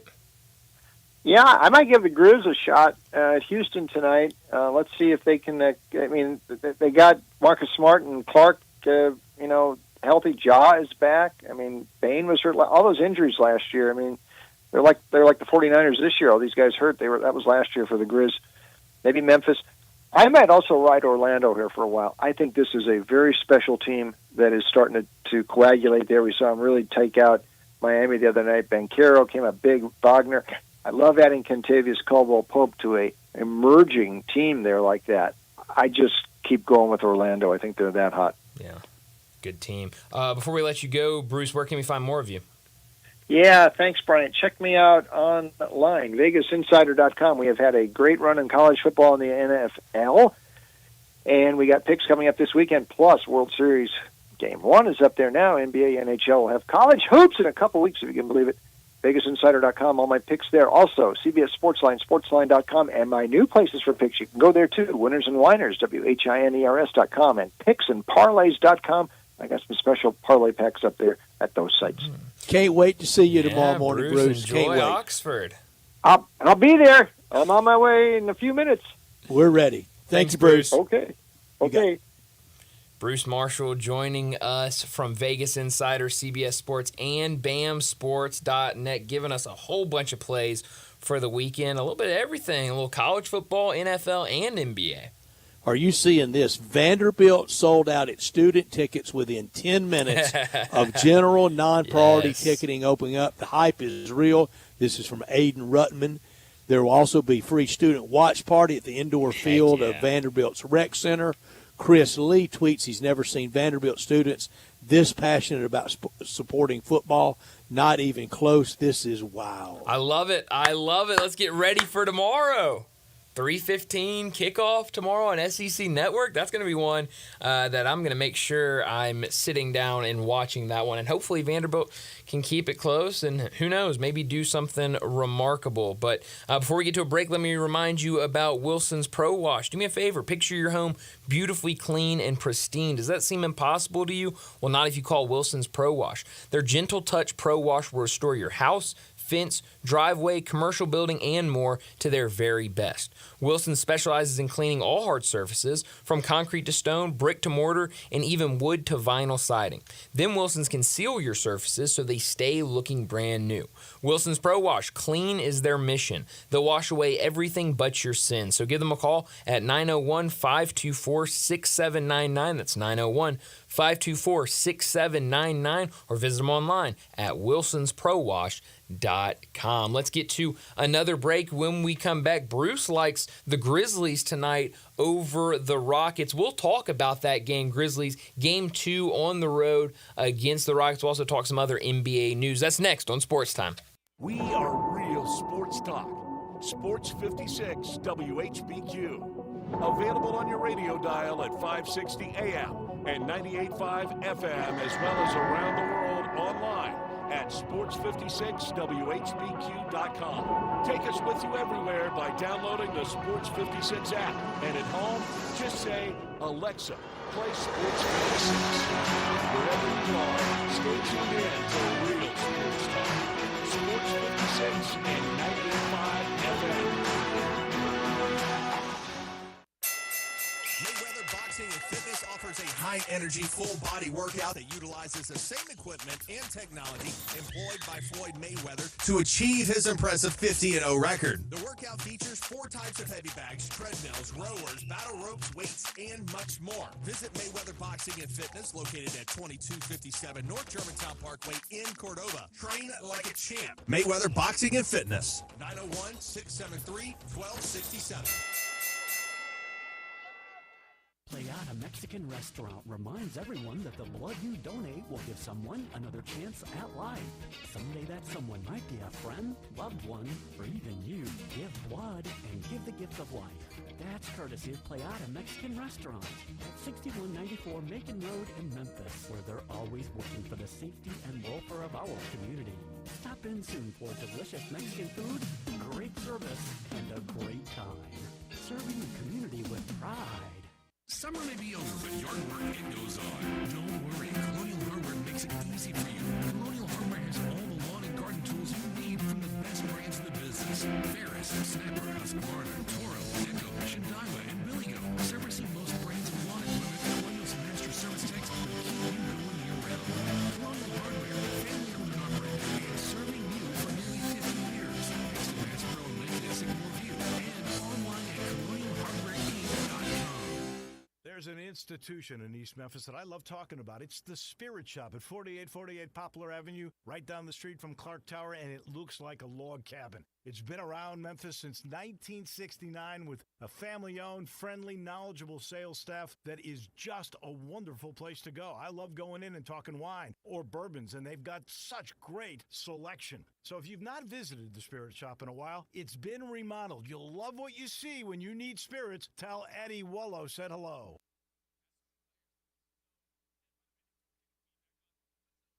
Now,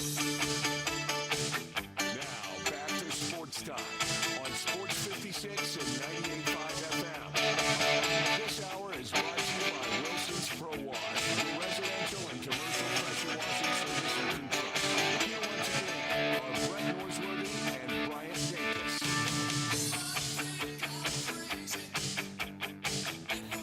Welcome back into Sports Time. Bryant and Brett with you, and we're about to talk some Grizzlies as tonight they'll take on the Houston Rockets down in Houston. Game number 2 tomorrow. They'll return to the Bluff City to face Orlando, and I love that tomorrow night here in Memphis, Grizzlies versus Magic. And today when we were talking to Bruce, his 2 NBA bets he wanted to give out were Grizzlies and Orlando. So there's a chance both those teams could be 2-0 tomorrow night when they both face off against each other. So definitely excited about that. But before we get to this Grizzlies game, we gave away some Tiger tickets earlier in the show. We have one more pair to give away for Memphis versus Charlotte tomorrow morning. This team, 11 straight bowl games, 6-1. They're rolling right now. So if you want to go to that game tomorrow morning, hit up the Sissy's Log Cabin listener line right now, 901-360-8255. First caller that calls the Sissy's Log Cabin listener line will get a pair of tickets to tomorrow morning's game against Charlotte. Again, 901-360-8255. But like we were saying, Brett, tonight against the Rockets, you'll see your old friends and Dylan Brooks. He'll definitely be playing. It definitely could be Steven Adams out tonight, but you'll see him there on the bench. And then tomorrow night back at home. 6 games in a 9-day stretch for the Grizzlies. After tonight, the Grizzlies will end its first back-to-back of the season with the home opener tomorrow night against Orlando, and that'll be the start of a 4-game homestand to close out October. That'll be Magic tomorrow night, Bulls on Monday, Brooklyn next Wednesday, and the Milwaukee Bucks on Halloween. Boy, you know it's Halloween when you start hearing Thriller on every radio station. Oh man, every in-house music. That's right. Every grocery store you go into, ice cream shop. I mean, everybody's playing Thriller. It's great. It's Thriller time of season, and that'll be fun. I wonder what Rob and that crew. I wonder if they'll wear costumes and that'd be great. Boy, I hope so. That could last forever, though, on the interwebs. Speaking of costumes, last night we talked about this yesterday. Last night I went to the Houston High football game against White Station. Big win for them. But our very own Johnny Radio was the honorary captain for Houston. Fitting. Very fitting. So cornerstone of the program. That's right. And so I was there, and I was hanging out with him a lot of the night, and we're sitting there on the field or talking to each other, and he turns around, and the entire band was wearing costumes last night.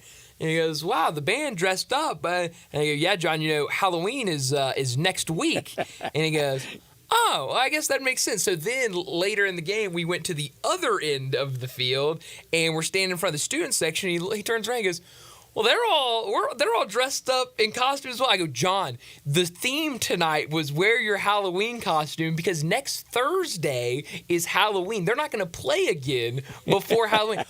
"Oh, that makes sense. I didn't think about that." I was like, "Of course you didn't, John. Of course not." But yes, I would love to see. It was good. It was a really good crowd. Thursday night football game, really good crowd, and for defending state champions. That's right, defending state champions, and they got the win last night over White Station. So they got a good team this year at Houston again.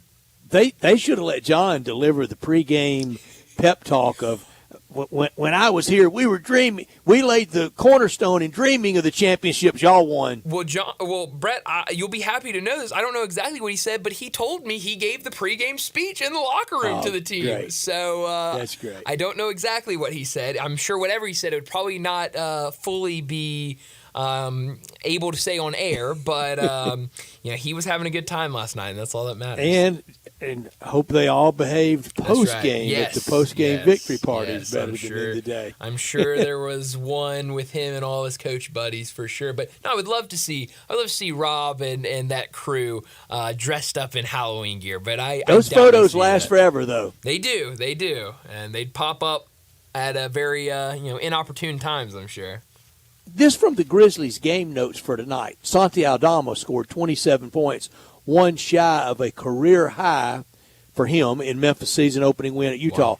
Wow. Aldama recorded the second highest total by a Grizzlies player in a season opening road game behind only Benoit Benjamin, who had 29 points for the Vancouver Grizzlies in their very first game ever, November 3rd, 1995. Wow. How about that? That's incredible. The research that had to be done on that. Cow. Good stuff. Yeah, that is Ross really good Company. stuff. That's really good stuff. I saw, and I only saw it in passing, so I probably shouldn't bring this up.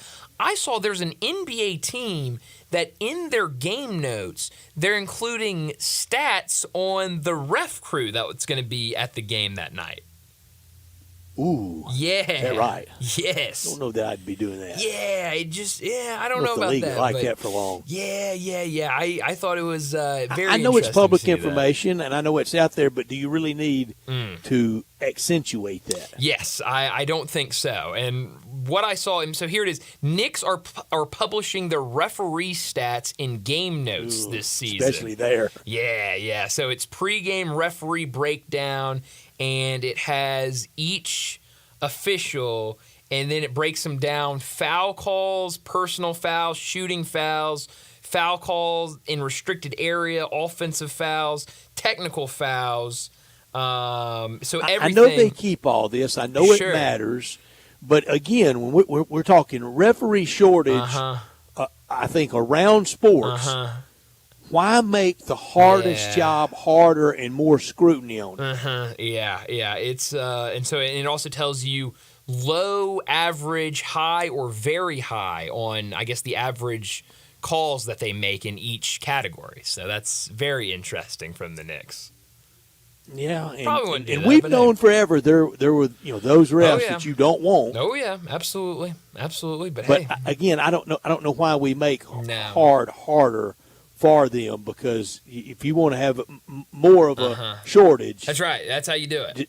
Just make that spotlight hotter. Yeah, alienate them and do something like that for sure. I've said for a long time, you know, when TV kind of the graphic shows the officiating crew for any sport, I don't think we should show that. Yeah. I don't think they should have numbers. I don't think they should be identifiable. I don't think they should be known. Yeah. No, it's definitely interesting. It's a strange topic, that's for sure. College doesn't have numbers. No, they don't. Brett, last night in the NBA, I obviously at that game last night, I missed the first game on TNT, Spurs and Mavericks. Mavericks got a 120-109 win over the Spurs. But that second game, Thunder all over the Nuggets. This young Thunder team, still together. They only pretty much added guys this offseason. That was a marker put down. That was incredible last night.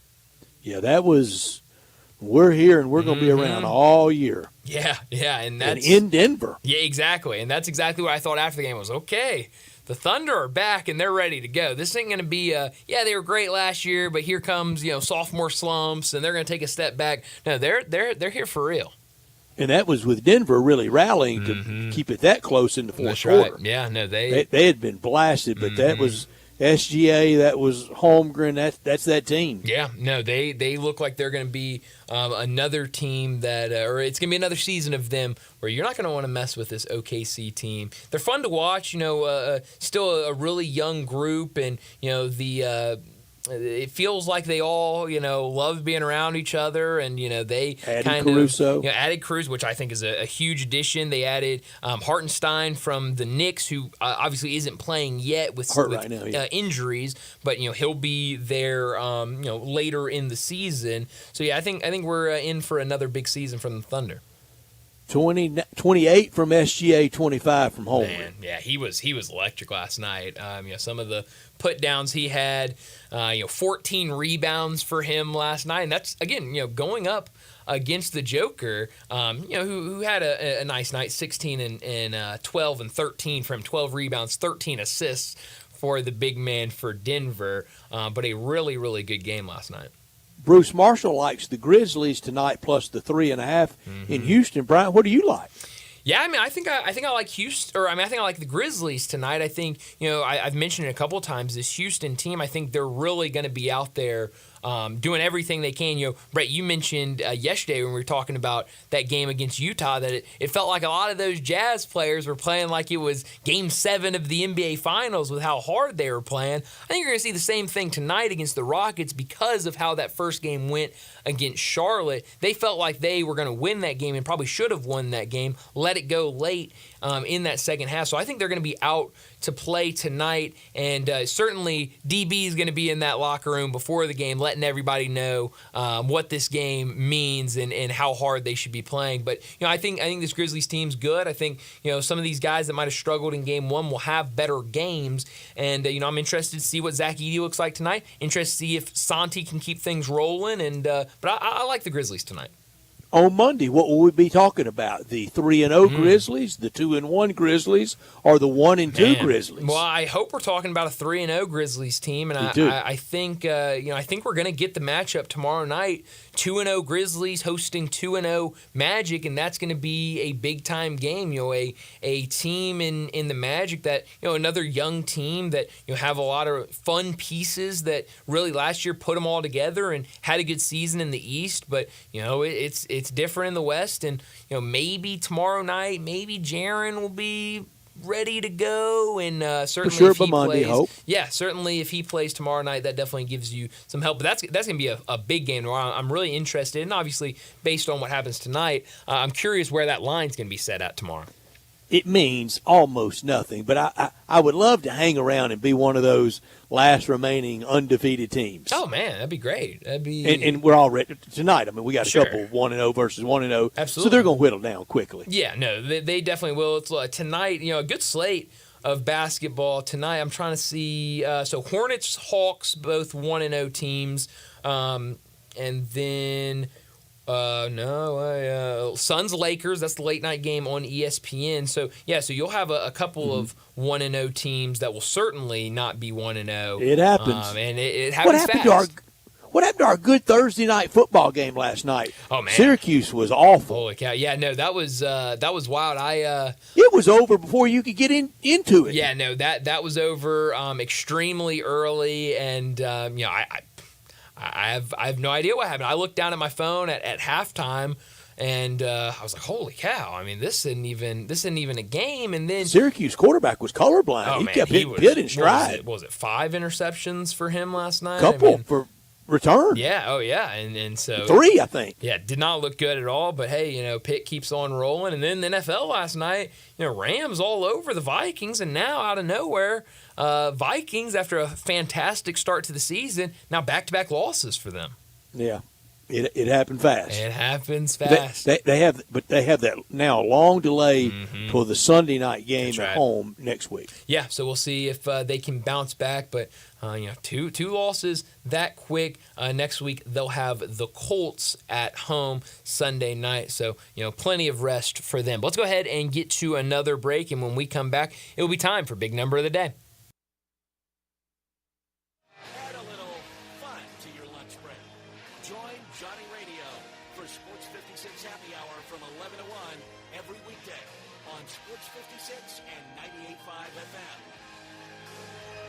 I'm Gary York. I'm the service director at Lexus in Memphis. Our service department wants to be more than just a place where you get your oil changed. We do glass repair, windshield replacement, recalibration of your camera and sonar systems, even wheel repair, tire replacement, all the things you would expect from a luxury automotive dealer.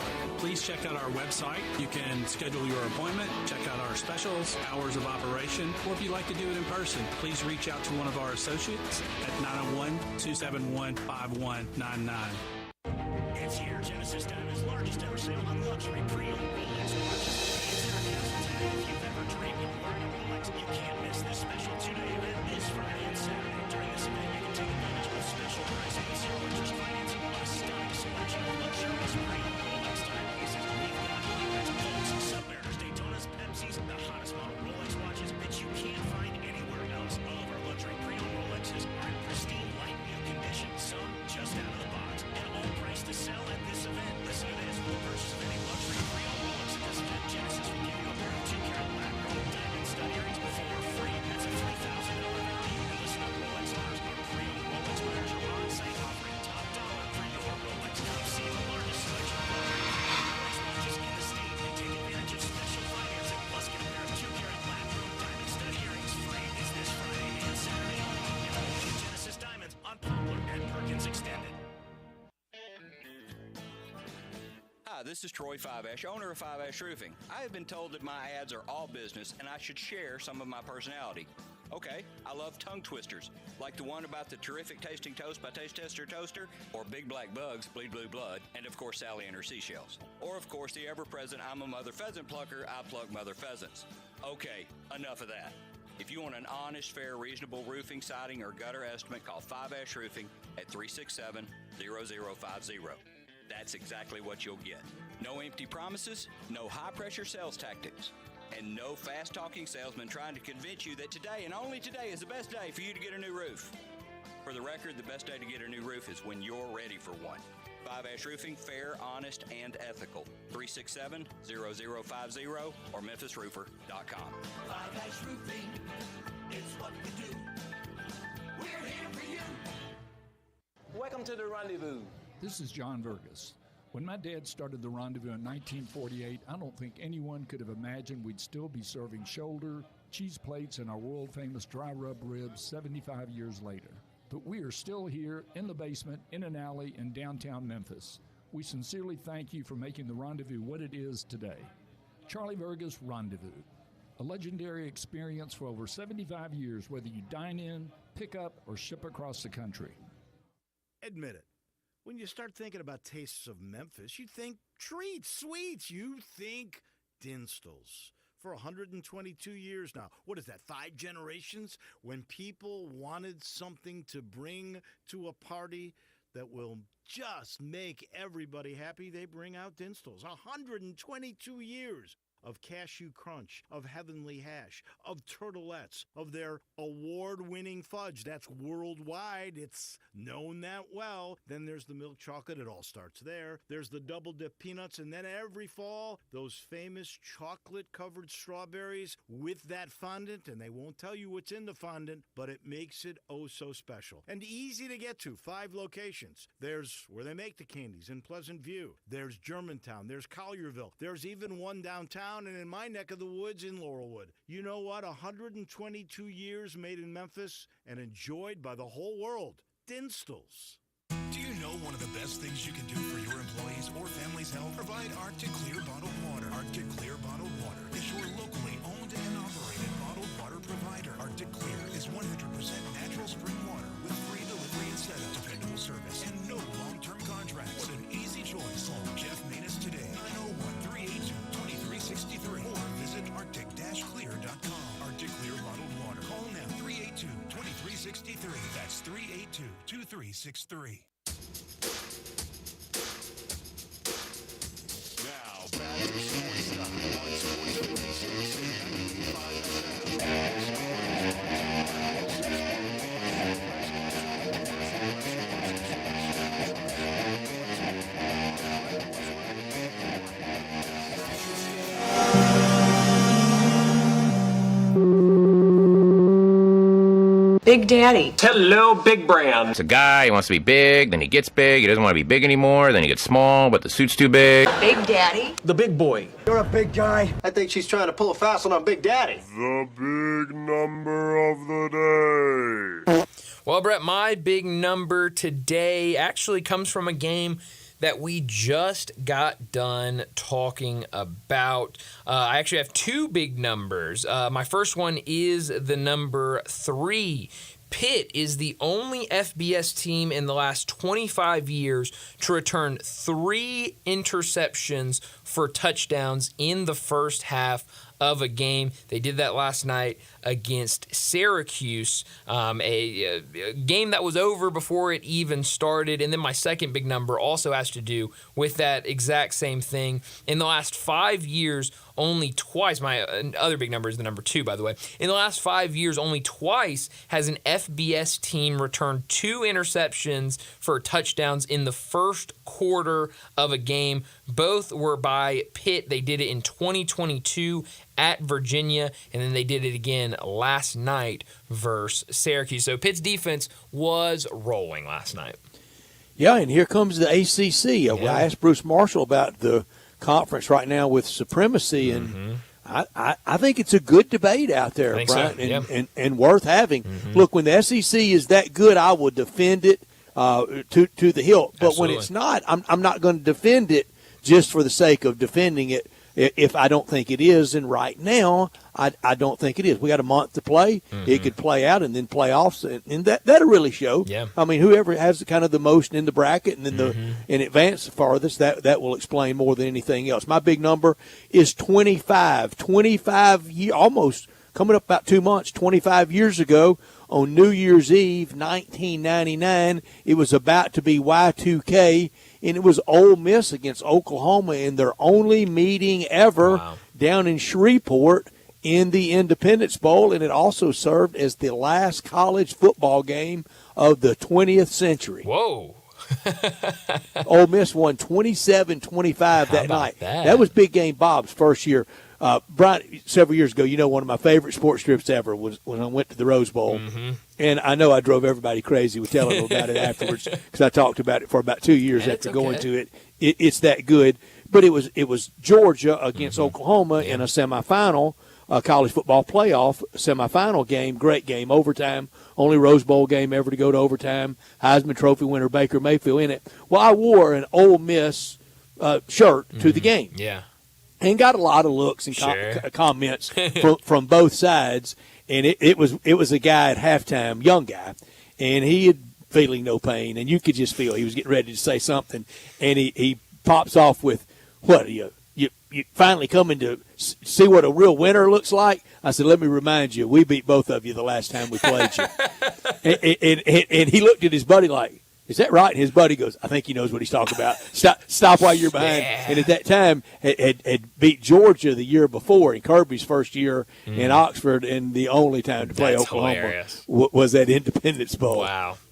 How about that? But, I mean, tomorrow's going to be fun. I mean, obviously we've talked and gotten picks from both Bruce and Alan. We'll get ours. We'll get ours here in less than an hour. But you can talk about whatever you want. Ole Miss wins by a lot, whatever it might be. It's going to be a good environment tomorrow. We've already talked about it a little bit, but it sounds like a lot of OU fans making this trip tomorrow. They're really excited to be here. And in my experience through the years of being around OU fans at a couple times, at a couple different games, they have great fans. One year, we're in Tuscaloosa for an Arkansas-Oklahoma game. No. For our Arkansas-Alabama game in Tuscaloosa, and we run into an OU fan. This is in 2001. This was the first weekend back after 9/11. Okay. We had been to State, South Carolina on Thursday night, and we're in Tuscaloosa for Arkansas-Alabama that weekend, and we're at the Houndstooth, famous bar on the Strip in Tuscaloosa.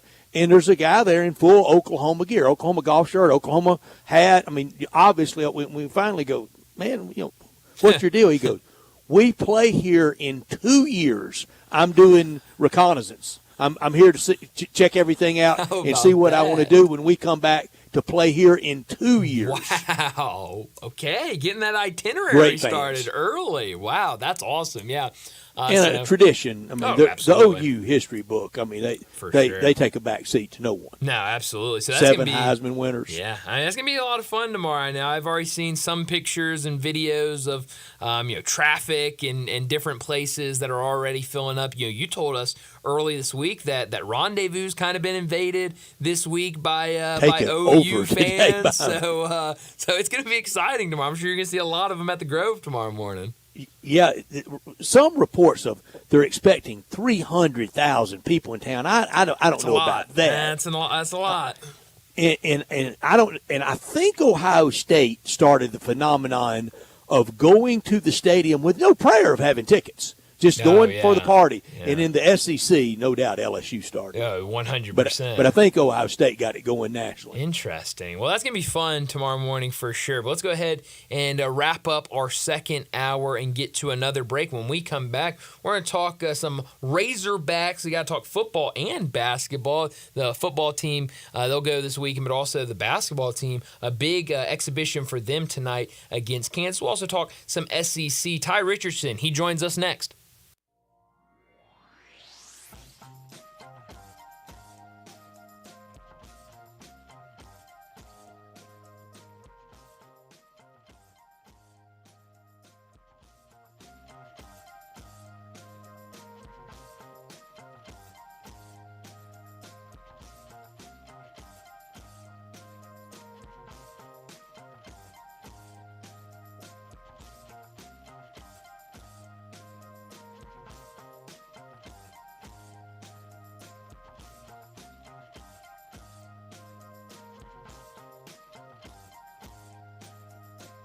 Someone you know or care about has dealt with a difficult divorce. When facing divorce, you need the attorneys at Rice Law.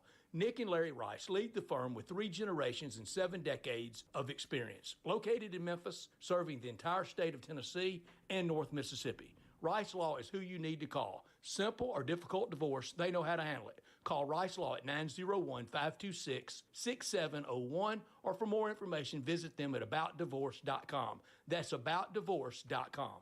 This message is for anyone looking for $500,000 to $1 million or more of affordable term life insurance, even if you have diabetes, high blood pressure, or taking anxiety meds. Here's an example. If you're a 50-year-old male, maybe overweight with type 2 diabetes, $1 million of term life insurance may only cost about $200 a month. We're Term Provider, experts in finding affordable term life insurance for those that may not be in perfect health. If you've had prostate cancer, heart conditions, high cholesterol, or on prescription medications, you may still qualify for $500,000 to $1 million or more of affordable term life insurance. Get a quick quote by calling Term Provider at 800-529-2856. 800-529-2856. If you're looking for term life insurance but have type 2 diabetes, high blood pressure, or have other health issues, call Term Provider at 800-529-2856 or visit termprovider.com. Termprovider.com. I want to learn how to cook, but I keep ordering takeout. Accomplishing goals is hard, but when your goal is to learn a new language, Babbel makes it easy. In just 15 minutes a day, Babbel will help you start having conversations in as little as 3 weeks. Words and phrases you'll actually use. So when someone asks, "How's your French going?" you can say, Babbel facilite grandement l'apprentissage d'une nouvelle langue. Now try Babbel for free at Babbel.com. That's Babbel.com. Babbel.com. It's Trunktober at Sunrise Chevrolet here at GMC of Culverville. Get up to the most super and ultimate for 324 Chevy Silverado 1500 LT or an 24 GMC Sierra $1,500. Sunrise Chevrolet here at GMC of Culverville. We know it's fun to buy a car. Price plus tax, title, and license. Price includes $899.50 processing fee. Silverado R124-8261. MSRP $60,600. Dealer incentive $51.51. Customer cash $3,000. Bonus cash $17.50. Sierra RZ321564. MSRP $87,500. Dealer incentive $7,000. Purchase allowance $27.50. Expires 10/31/24. Admit it. When you start thinking about tastes of Memphis, you think treats, sweets. You think Dinstall's. For 122 years now. What is that, 5 generations? When people wanted something to bring to a party that will just make everybody happy, they bring out Dinstall's. 122 years of cashew crunch, of heavenly hash, of turtlettes, of their award-winning fudge. That's worldwide. It's known that well. Then there's the milk chocolate. It all starts there. There's the double-dip peanuts. And then every fall, those famous chocolate-covered strawberries with that fondant. And they won't tell you what's in the fondant, but it makes it oh so special. And easy to get to. 5 locations. There's where they make the candies in Pleasant View. There's Germantown. There's Collierville. There's even one downtown and in my neck of the woods in Laurelwood. You know what? 122 years made in Memphis and enjoyed by the whole world. Dinstall's. Do you know one of the best things you can do for your employees or family's health? Provide Arctic Clear bottled water. Arctic Clear bottled water is your locally owned and operated bottled water provider. Arctic Clear is 100% natural spring water with free delivery and setup, dependable service, and no long-term contracts. What an easy choice. Call Jeff Manus today, 901-382-2363, or visit arctic-clear.com. Arctic Clear bottled water. Call now, 382-2363. That's 382-2363. I'm with John Burgos from the world-famous Rendezvous in the Alley since 1948. Brett, we have catered parties all over this country and all over the world, from Singapore, Australia to Central Park in New York. But many people don't realize how much we do locally. For holiday events, office parties, tailgating, birthday parties, you can't do better than the Rendezvous. For example, you can get a cheese and sausage tray for 15 to 300 people for $3.75 per person. You can even build your own nacho bar for $10.50 per person. All you need is a minimum of 15 people. In many cases, we can arrange delivery and full-service catering.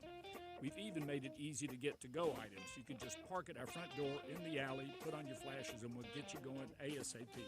For all your catering items and prices, go to hogsfly.com, click on menu, and drop down to catering. Thank you, John. The Rendezvous, Mr. Charlie Burgos' Rendezvous in the Alley since 1948 and celebrating its 75th year.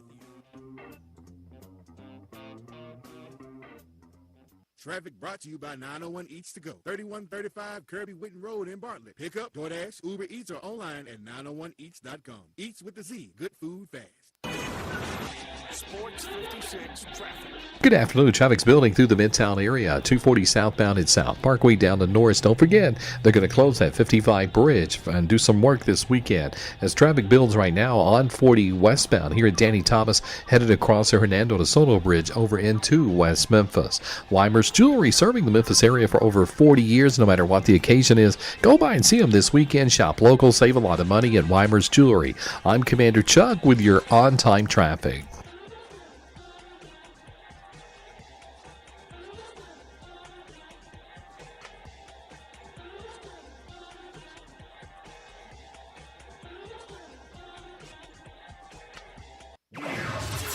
96, WHBQ Memphis, and W253DF Memphis with Greg Gaston and Eli Savoy.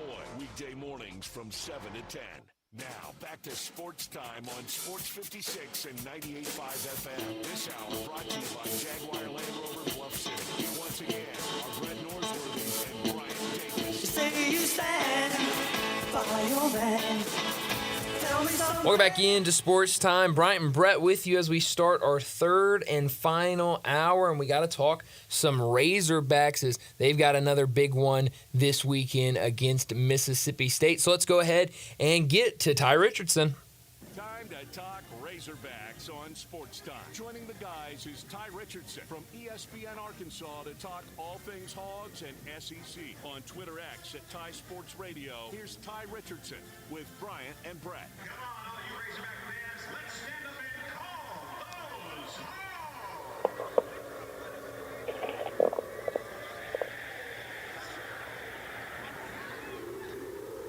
Ty Richardson joins us now from ESPN Arkansas to talk the Razorbacks and the SEC. Last week, Arkansas drops one at home, a big one against LSU, 34-10, that final score. What'd you take away from that game? And now tomorrow against Mississippi State, about a touchdown favorite. What do you expect to see in that one?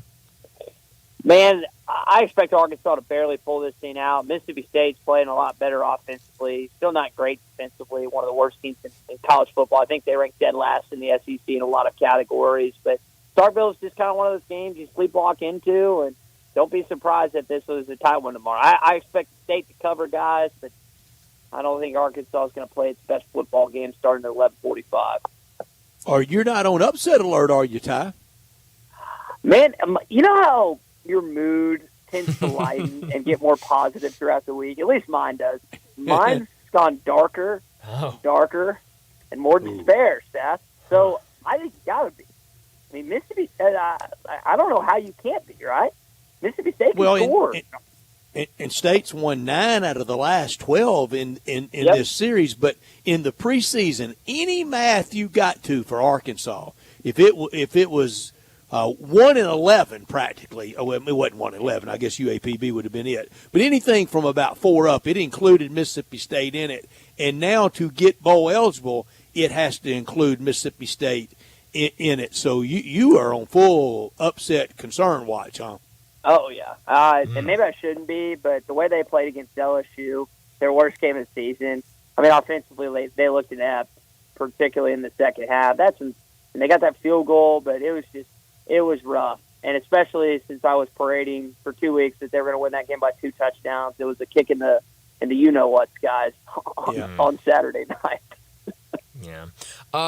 If Arkansas does lose this game to Mississippi State, what would the reaction be? What would the text and phone lines at your station be like Monday? Oh, they'll be hot, and they should be. I mean, there's no excuse for losing. It's the worst team in the SEC. I know Oklahoma and Auburn are vying for that place as well, but Mississippi State's that. And they've had a brutal schedule. I mean, you look at who they've had to play so far this season, who they've got left. It's tough. This is a game that I think a lot of their fans expect to win. We had a couple of Mississippi State guys on this week, and I think that State fans feel pretty good about this team. They should. Arkansas looks like a team that's susceptible to a game like this. So it would be pretty brutal, Brian, on Monday if Arkansas was to lose, and people would be just screaming at Sam Pittman for 13 hours that day.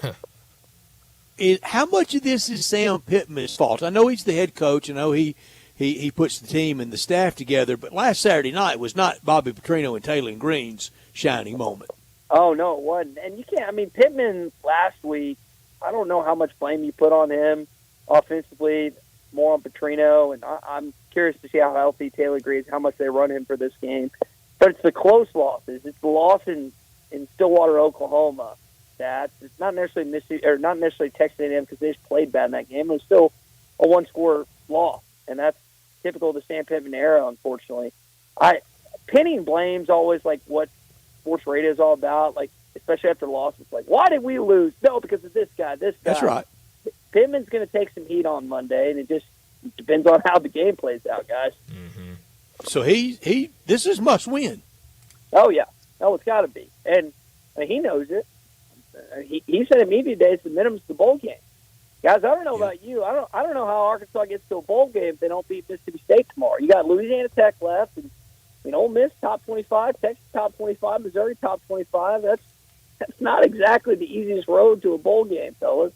No. Yeah, this is the last one that you would, or Louisiana Tech is, but this one, Louisiana Tech, for any bowl arithmetic, they sure have to be in it. How does Talon Green respond after that? After I think his poorest performance of the year.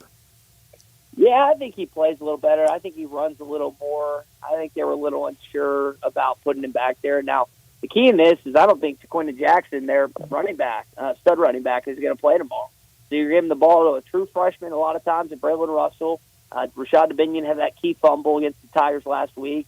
You might get Rodney Hill back. So their running back depth is a concern. So that might force you stats to run Talon Green maybe a little more than you want to tomorrow. Yeah. Well, and you mentioned a couple minutes ago about this Mississippi State team. Played some tough opponents the last couple of weeks, and they've kept it close. I think back-to-back 10-point losses against A&M and Georgia. And it looks like offensively, it seems like they're getting better every single week. What does this defense have to do to keep Mississippi State in check?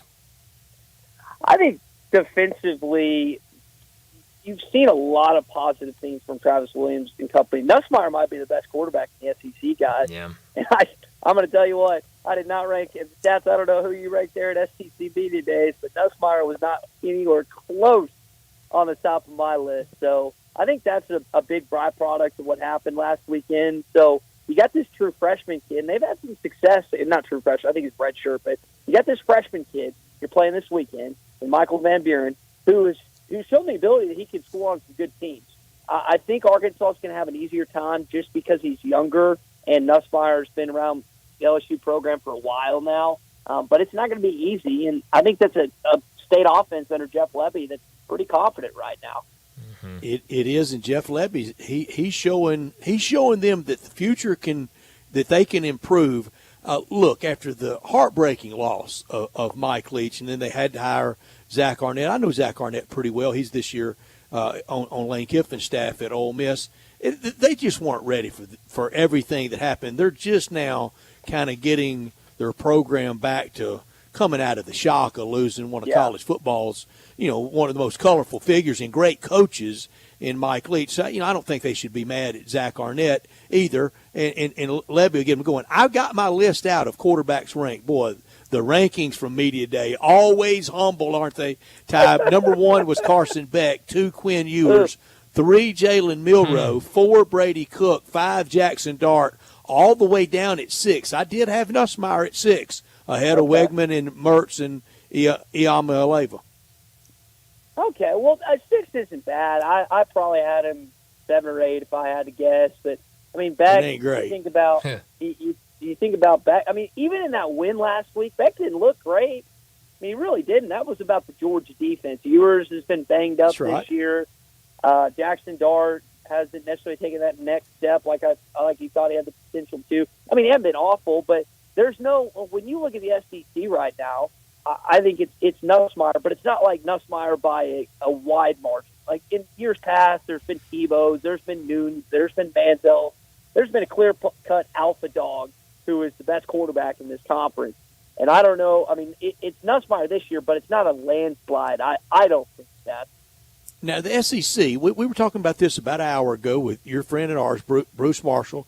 I've hit on it a couple times this week. I'm not here to pound it by any means. It's not bad, but I don't know how vintage it is. And with this, with this broad brush I'm getting ready to get out, I'm going to hit a lot of people. How good is it if Tennessee can lose at Fayetteville, Kentucky can win at Oxford, Bama can lose in Nashville, and we think Texas is that good, and they couldn't even compete against Georgia for a lot of that game.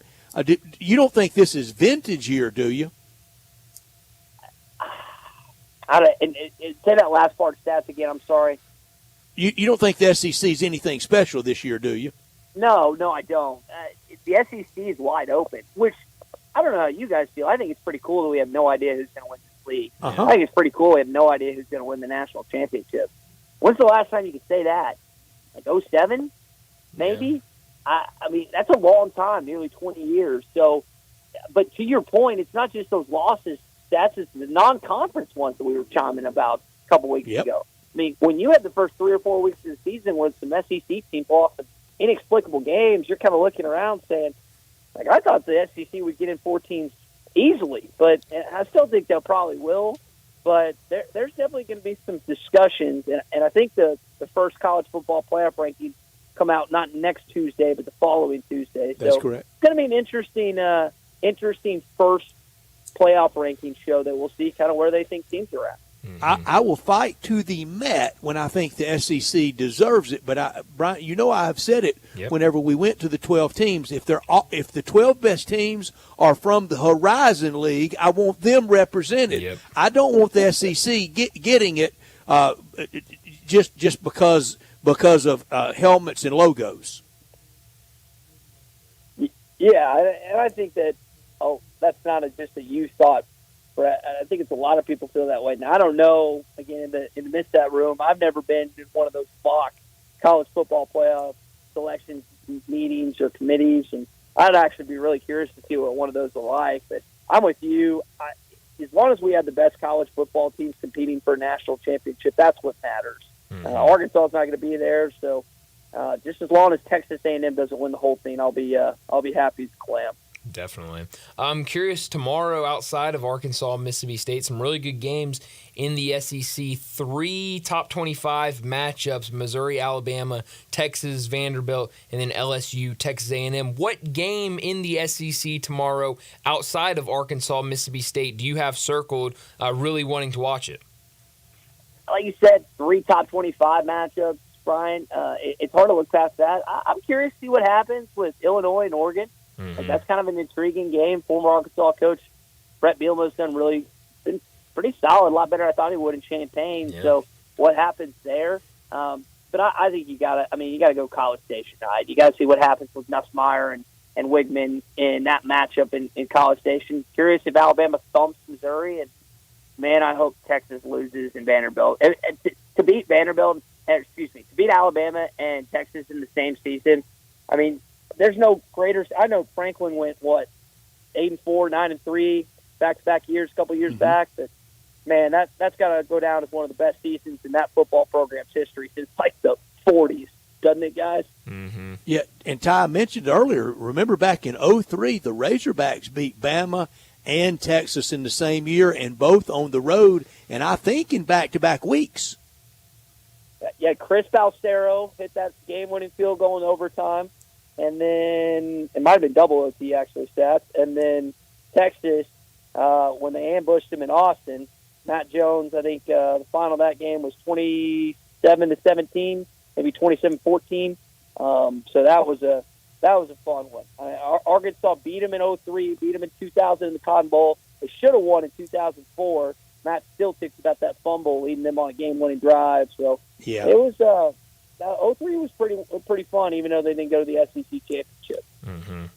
Talking to Ty Richardson, he joins us every Friday to talk the Razorbacks and the SEC from ESPN Arkansas. I know a lot of people talking football, but tonight a big charity exhibition game for the Razorbacks basketball team as they host Kansas preseason #1 in the country, 8 o'clock tonight on SEC Network. What do you want to see from John Calipari's team in this exhibition tonight? Well, I think there's a lot of guys banged up, so I don't know how much of the full roster, full compilation we'll see later on tonight. I just want to see these guys play. Like, I watched John L. Davis at FAU. I watched DJ Wagner at Kentucky, and Jonas Adu at Tennessee, but I didn't see him in a Razorback uniform. I mean, you get to watch Cal walk out of the home tunnel. like you could, when Musk dipped to go to USC out west, there is not a person on planet Earth outside of John Tyson that thought Cal was going to wind up in Fayetteville, Arkansas. Yet he did. So it's just going to take some getting used to starting later on tonight. But again, Arkansas fans are excited to see what happens this season for seasons to come. We may ask this a couple of times over the next few weeks, and as the season wears on. But right now, at 0-0, what's the win total range? What's the end of the year range look like? Is it Elite Eight or bust, Final Four, Sweet 16? I think it's second weekend, Brian. First season, I know they brought in a lot of talent, and fans will always be, unless you win a national championship, there'd be some fans grumbling. But I think you get to a second weekend, week one, which Cal hasn't been in how many years? Like 6?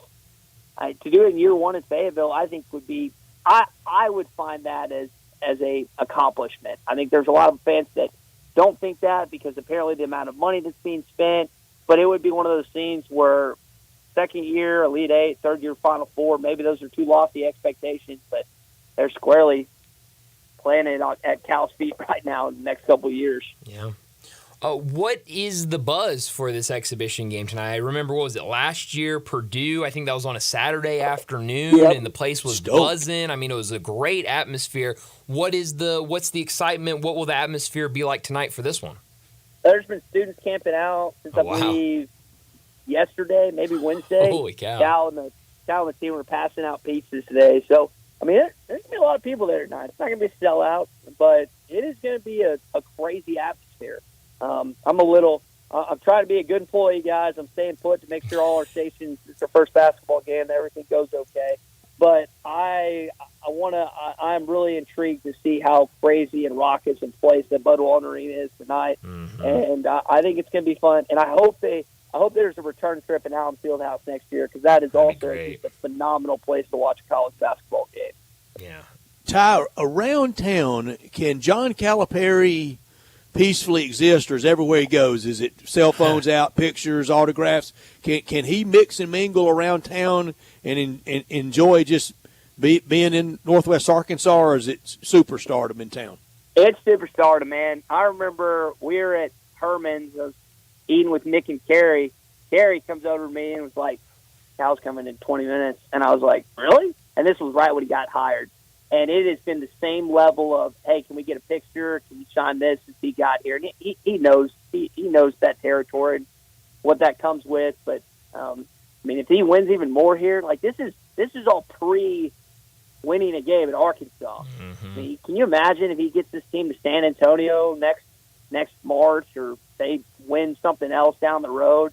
I mean, it's going to go through the roof. And the fact that he left Lexington, Kentucky for Arkansas, which is kind of the opposite, unfortunately, of what the late Eddie Sutton did, it just makes it that much sweeter, guys. Yeah. Oh, man, that day, Eddie, in the press conference, he said he would crawl to Kentucky. It broke people's hearts. But it also opened up, the Nolan Richardson years. And Nolan Richardson, one of his first big wins was against Kansas in year 2. He had really struggled that first year, 85, 86, and horribly, lost Devon that year, and he just lost his beloved Rose here recently. And then the next year, got Ron Hury from Memphis and some other players, and on a Saturday night in early December, put it on Larry Brown. And I sat with a friend of mine about 5 rows behind the Kansas bench and learned new curse words that night from Larry Brown. That was something. The other part of the Nolan era, and Seth, you know this, like if they lost to Arkansas State in that NIT game, there's no guarantee he's out. The head coach and the national championship winner he was at Arkansas. Which thank God they came that out was later that spring. That was the 86-87 season, and was down 22 with about 10 minutes to play to Arkansas State on Friday night, March 13th, 1987, and Cannon Whitby and Ron Hury and a couple others led the comeback, or it would have been his Citadel. I guess that would have been before Jack Crow even had Citadel. He would have been fired. Frank would have fired him. Coach Broyles would have. Yeah, you know that date well. Brian, I don't even know why I get flabbergasted when Stats does that compared to his nickname Stats. But that was something. They reeled it off. And you think about what Memphis has been to this Arkansas basketball program, football too. But I mean, there's so much great talent for Memphis, but specifically for Arkansas, it made it. It's remarkable. Yeah. It is. And having Ron Hury signed kept everybody at bay in that 12 and 16 first year, and then they saw how good he could be at times as a true freshman. And then here came more help with Arlen Bowers, and then later, Corey Beck, Dwight Stewart, Elmer Martin, Clyde Fletcher, and the Memphis connection was alive and cooking. And Coach Richardson thought he had Penny Hardaway in that stretch, Ty. He really did. Yeah, and you thought you had Penny Hardaway. You thought you had Karl Malone. There's been some. You would have had Andre Iguodala if Coach hadn't been let go. But there's been some would-be misses that you just, as an Arkansas fan, you're like, man, what could have happened if those guys had come to Fayetteville? Mailman was done, and then he just decided to stay real close to home. Yeah. Oh well, that's crying over spilled milk. It's too late now. But you've had great ones. Come on, man, you got a national championship. That's right. He did, and I wish Stats, you were alive and kicking, man. I was not. Oh, yeah. I think I had just been not conceived, but whatever the pre-thing is. So I was born in December that year, so y'all do the math. March was right around. Close enough. That's right. That might have been the celebration. Yeah, probably. My parents never told me, but that's probably what happened. Well, Ty, as always, thanks so much for joining us, and we'll do it again next Friday. Always love to hop on, boys. Thanks, Brian. Thanks, Thank you, Ty. Have a great weekend, man. Y'all too. Thanks, Ty. Ty Richardson joining us from ESPN Arkansas to talk the Razorbacks and the Hope we didn't SEC. deviate from family show there for a second. You know, we were talking family. That's right. I think we were talking extremely family right there. Come on, it's the birds and the bees. That's right. It's family as it comes. But that's but it. No, yeah, that's exactly right. But no, that'll be fun tonight. That charity exhibition game between Kansas and Arkansas. Monday night will be fun. Yeah, for sure the will. Tigers. Sure will. Down in Alabama against the Tide. So a lot of good charity exhibitions going on as these teams really get ready for the regular season. Well, we need to get to a break here in a second, but let me first tell you about our great 5 o'clock sponsors. That's Jaguar Land Rover Bluff City. Jaguar Bluff City has been the premier Jaguar dealership for the greater Memphis area since 1984. Their talented team is ready to help you find your next perfect vehicle at unbeatable rates. Swing by Jaguar Land Rover Bluff City today and check out the new 2025 models like the Range Rover Sport, the Range Rover Velar, or the 2025 Defender. Test drive the Range Rover Sport where luxury meets performance. It's a perfect mix of style, performance, and versatility with options ranging from 360 horsepower up to 635. And it's also available as a plug-in hybrid electric vehicle with $7,500 federal tax credit when leased with approved credit. Also take a look at the Range Rover Velar, powered by mild hybrid technology and enhanced with the latest well-being features and fully connected entertainment system. The 2025 Range Rover Velar is the ultimate luxury compact crossover. Purchase yours today and get special 4.4% for 72 months financing available with approved credit. And don't forget about the 2025 Defender. Available in multiple models to fit your needs, the Defender is built for the modern explorer, and Jaguar Bluff City is offering special interest rates for 60 and 72 months on various models. Give them a call today at 877-259-6169 or go online to jaguarbluffcity.com. Let's get to another break, and when we come back, it'll be time for our first National Bank and Trust Friday football forecast. Join the voice of the Tigers, Dave Woloshin, for Wolo and Friends. Weekday mornings from 10 to 11 here on Sports 56 and 98.5 FM.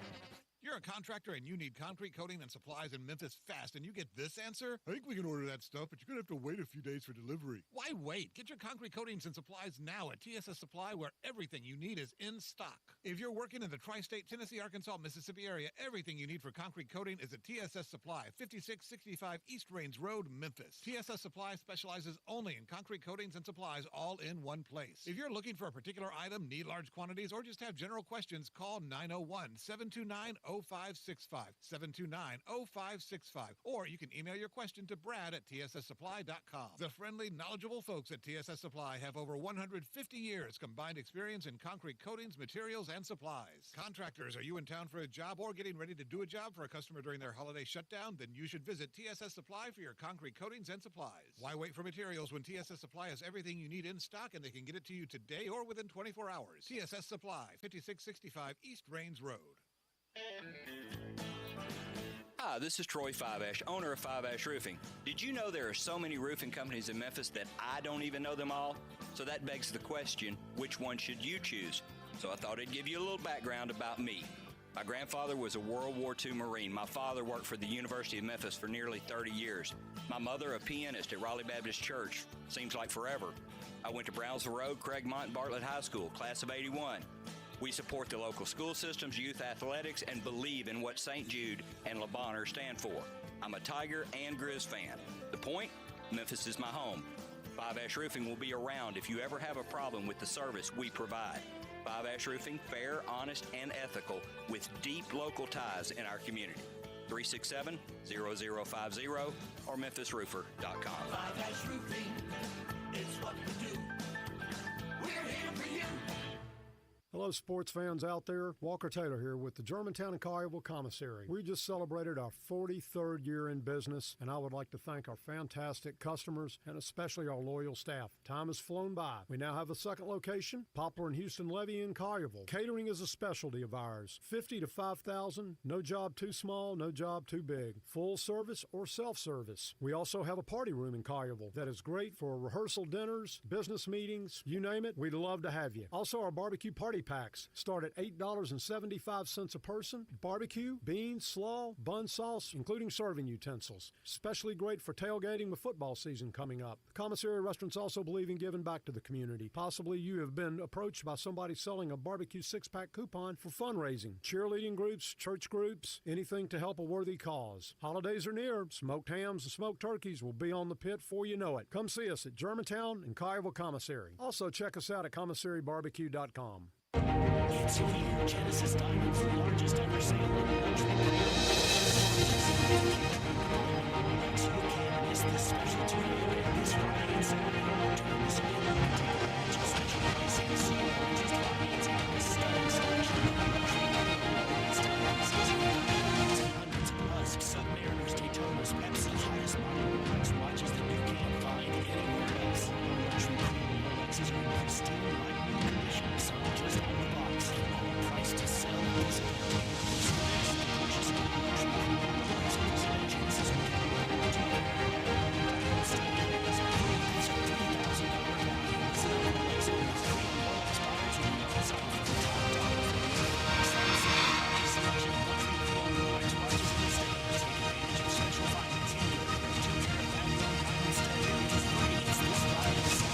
and only at Genesis Diamonds, Poplar and Perkins Extended. Now, back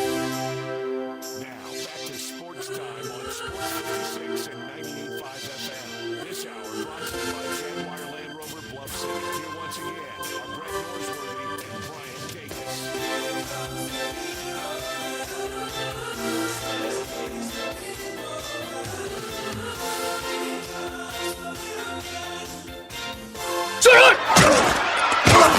Friday football forecast from First National Bank and Trust, a division of First National Bank of Eastern Arkansas. Real estate isn't something you purchase or develop or desire. It's something you appreciate, respect, and know. With real estate, there's no gray area. You either know it or you don't. First National Bank and Trust, a proud division of First National Bank of Eastern Arkansas. They've known it since their beginning in 1886. Clients depend on First National Bank because they know real estate. Brooks Winchester, Bill Samish, and many more can assist you in your acquisition of that hunting land, farmland, a construction project. Let First National Bank and Trust make your dreams a reality. 775 Ridge Lake Boulevard, Suite 140 in Memphis, 901-498-5763, or the office in Collierville, or online at fnbtmemphis.com. For commercial real estate, residential construction, or recreational and agriculture financing, let First National Bank and Trust help you. They're a division of First National Bank of Eastern Arkansas, where I have had an account, been a friend, and been a customer my entire life. Early to bed tonight because it's early to rise for a lot of college football fans in our area. Thank you so much, First National Bank and Trust, a proud division of First National Bank of Eastern Arkansas, where customer confidence is the cornerstone, and it has been throughout their years, starting in Eastern Arkansas in 1886, now with the offices and the great presence we have with First National Bank and Trust in West Tennessee. One of those early games tomorrow morning at the fairgrounds, 11 o'clock on ESPNU. It's the Tigers as an 18.5-point favorite over Charlotte. Wild game last year. Memphis last year in overtime, 1-0 all time. That was the only meeting that win last year in Charlotte. Tigers bowl eligible now for the 11th straight year. Let me say that again. That is something to be proud of for Tiger football, Brian. 11 straight years. Memphis, one of 9 FBS teams with 10 or more consecutive bowl game appearances. This is the club they're in. Bama, Clemson, Georgia, Ohio State, Oklahoma, Oklahoma State, Wisconsin, and Iowa. And there's a couple of those that are shaky for this year, so that club could get even smaller. Charlotte, they rushed for 200 yards versus Navy and 311 versus East Carolina. 21 career 300-yard games for Seth Hennigan. 5 400-yard career games for Seth Hennigan. The Tigers tomorrow morning, Darien takes Memphis. Bryant. Yeah, I'm going to take Memphis. I've watched a lot of both of these teams. I like Charlotte. I like, obviously, watching the Tigers, but I do think the Tigers are a much better football team than Charlotte. They've been kind of playing the game of who's going to start at quarterback for Charlotte all week, but I think it's probably going to be Max Brown, and I do not think that's the best quarterback on that roster. I think if the defense can look like how they've looked most of the season, I think the Tigers are going to be fine offensively. I think they found something last week. I think they'll cover this 18.5-point spread. Getting late in the year to play the who's going to be quarterback game. That's a good take, Brian. I'm with you. Tigers win 45-21. A lot of scoring, but not as close as last year. So it leaves it to Connor for our first group lock of the day. I can write it down, right, Connor? I actually have Charlotte plus the 18.5. It's a lot of points. It's a lot of points. I think Memphis is going to win, but 18.5 is a lot of points. It's a lot of points. Golly, Connor. This is that point where you're not mad. You're just kind of disappointed. Just disappointed. Okay. That feeling. Connor, the lone wolf taking Charlotte. 11 o'clock on ESPN. Ole Miss minus 20.5 over Oklahoma. On ESPN, Bob was choosing Lewis Riddick and Chris Budden, the announced crew. They're in town, and they are loving everything about Oxford on this busy Friday afternoon in Oxford. Again, I've talked about it a lot. I've never seen it like this. Second meeting all time. The first one closed out the 20th century in college football. Yeah, that was my big number. I'm bringing it up again. That was in Shreveport at the Independence Bowl. Ole Miss won over Bob Stoops. That was his first year. He really got it right after that. Jackson Dart with 9,908 yards of total offense. He's 76 yards from second place in Ole Miss football history, and he's 570 from first place. He trailing Eli for second and trailing Bo Wallace for first. Trey Harris leads FBS with 987 receiving yards. Third year at OU for Brent Venables, 20-13. Lane's 24-6 in his fifth year at Ole Miss at home at Vaught Hemingway. I'm taking Ole Miss, and I'm taking Ole Miss big. Ole Miss 45-7. Yeah, I'm also going to take Ole Miss in this one, and I think they win big. This Oklahoma team has not looked good all season long. We know Lane Kiffin is not afraid to put it on an opponent, and I'm in a group chat with a couple buddies and a friend of a friend that I don't know, but he went to Oklahoma, and he was texting the group chat saying he's going to be down in Oxford for this game, and he was like, I can't believe I'm going to watch this team play again. In the way that we told him, hey, it's going to be all right. We didn't say maybe you have a chance, maybe. We said you'll enjoy the party, you'll enjoy the Grove, it'll be fun before the game starts. I don't think it's going to be fun after that game starts because I think it's going to be all Ole Miss. That's Darian's sentiment. He has Ole Miss. All right, Connor, 2 shots in a row at group lock for local teams. You can't let us down. Now, come on. This will go from disappointment to maybe contempt. I have Oklahoma. Wow. But I have them losing by 17. Okay, that's close enough. Close call. Very close call. Wow. Connor he'll be twisting the dials early in the morning on WHBQ when we're in the Grove. 11:45 SEC Network. The Razorbacks minus 6.5 at Mississippi State.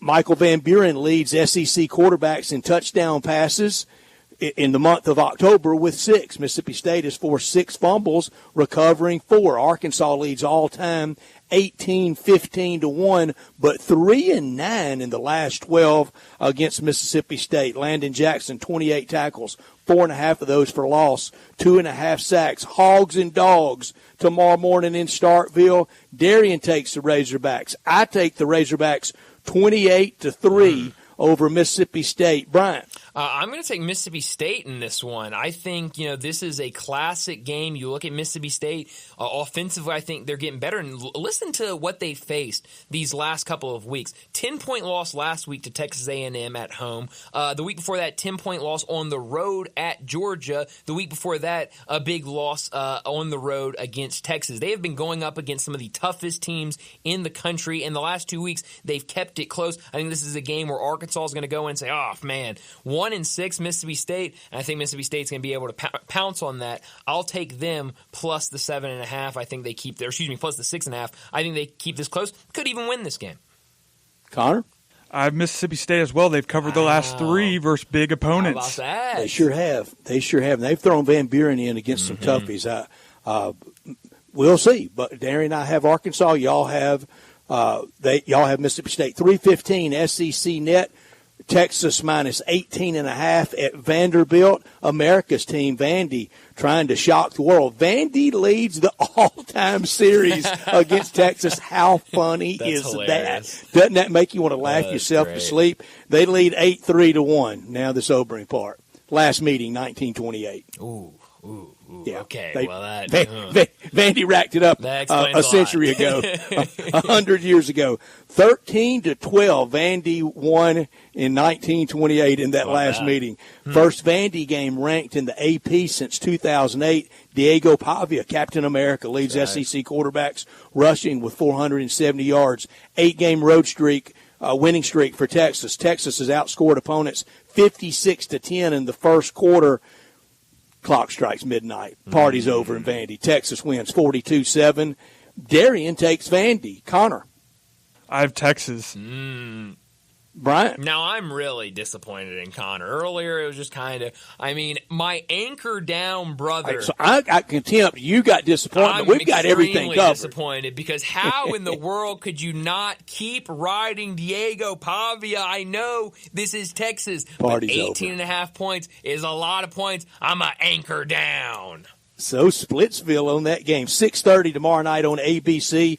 The Texas Aggies, 2.5-point favorite at Kyle Field over LSU. LSU leads 36-23-3 all time. These two teams met after the 2010 season in the Cotton Bowl. They met after the 1993 season in the Orange Bowl. A&M 26 of 27 in the red zone this year. They get to the red zone, they get points on the board. A&M 13th in the FBS, second in the SEC in rushing. LSU 23-2 under Brian Kelly when they hit the 30-point mark. Garrett Nussmeier 7-1 in his LSU career as a starter. Upset time for me, or is it? A&M's favorite. That's not an upset, is it? A&M wins 21-20. Okay, I'm going to go LSU in this one. I like the way they've been playing the last couple of weeks. Love watching Garrett Nussmeier throw a football. So, I'll take them to keep rolling the way they've been rolling and get another big win. He throws a pretty ball. He sure does. He really does, like throw him. a pretty tight spiral and throws the deep ball well. Bryant takes LSU. Darian takes A&M. Connor? I have LSU. Darian's college football lock is Indiana minus the 6.5 over Washington. His college football shock is Illinois plus the 21.5 at home. No, I'm sorry, on the road at Oregon. Connor, your lock and shock. My lock is also Indiana minus 6.5 versus Washington, and my shock is BYU plus 1.5 at UCF. They think that UCF is like Death Valley at night or something. Yeah, no, I don't get it. No, I don't either. Bryant? My lock is going to be Toledo minus 2.5 over Bowling Green's Toledo team's been pretty good this year on the other side. Bowling Green has really struggled. I believe this is a home game for Toledo as well, so I'll take them minus the 2.5. And I'm gonna counter Connor. I'm gonna say I saw it BYU plus 2.5. Over UCF. Yeah, I'll give y'all 2.5. So I will take plus 2.5. Connor, you'll take plus 2.5. I like winners. I'll give you 2.5. On the road against UCF. Look, amidst all this contempt. I mean, well, yes, that is true. But, BYU's been so good. UCF, we're now to second string, third string. I don't even know who's in at quarterback nowadays down at UCF. I think it's going to be all BYU here. My college football lock, it's Alabama to blast Mizzou and injuries for Mizzou. My college football shock, I'm going to keep it in the Iron Bowl world. Auburn wins straight up, getting the 2.5 up at Lexington against Big Blue. Hurry up, no huddle time. NFL on Sunday, first game, Atlanta minus 2.5 at Tampa Bay. That's right. All those injuries for Tampa Bay. Give me the Bucks, Bryant. Yeah, I'm still going to take Tampa Bay in this one. Darian takes Atlanta. Connor. I have Tampa Bay. Very good. Noon on CBS on Sunday. Houston minus 5.5 in a very important AFC South game over Indianapolis. Give me Houston. Darian takes Houston. Connor. I have Indianapolis. Yeah, I'm also going to take Indianapolis in this one. Both Dacus brothers go Indy. 3:05 on Fox. I don't know why they're favored, but they are. Cross-country trip. Buffalo, 3.5 at Seattle. If DK Metcalf misses a game, it'll just be the second NFL game he's missed. Wow. I bet he'll be in there. Give me Seattle plus the points at home. Darian takes Buffalo. Connor. I have Buffalo as well. Yeah, I'm Brian. going to go Buffalo as well. I think maybe the odds makers trying to tell you something because you look at this line, it doesn't make much sense. So I'll see what's going on here. I'll take Buffalo. Sunday night football on NBC at 7:20. San Francisco minus 4.5 over Dallas. Dallas has been saying, wait till next year. Wait till we get you the next time. Well, next time's happening Sunday night. San Francisco leads this series all time 20-19-1. But 4-5 in the post game, but none of those games matter except for one. Right. The catch, Montana to Dwight Clark. How that changed the course of the NFL in the 80s. Bryant, you pick first. I mean, how can I go with anybody other than Dallas? I mean, it's not just because they're my team, but you look at San Francisco. Do they have a healthy receiver on their roster? Do they have a healthy skill player on this roster 100%. right now? It's wild, the injury, so I'll back Dallas in this one. Connor. I'm going to sacrifice my pick and try and change the mojo. I'm going to go with San Francisco. Whoa. Change the mojo. I'm with you. I'm no longer contempt nor disappointment. Wow. Complete support, Connor. I'm with you. San Francisco. Darian's with you. Wow. We knew Darian would be with that. the Niners. Jeez. That's his team.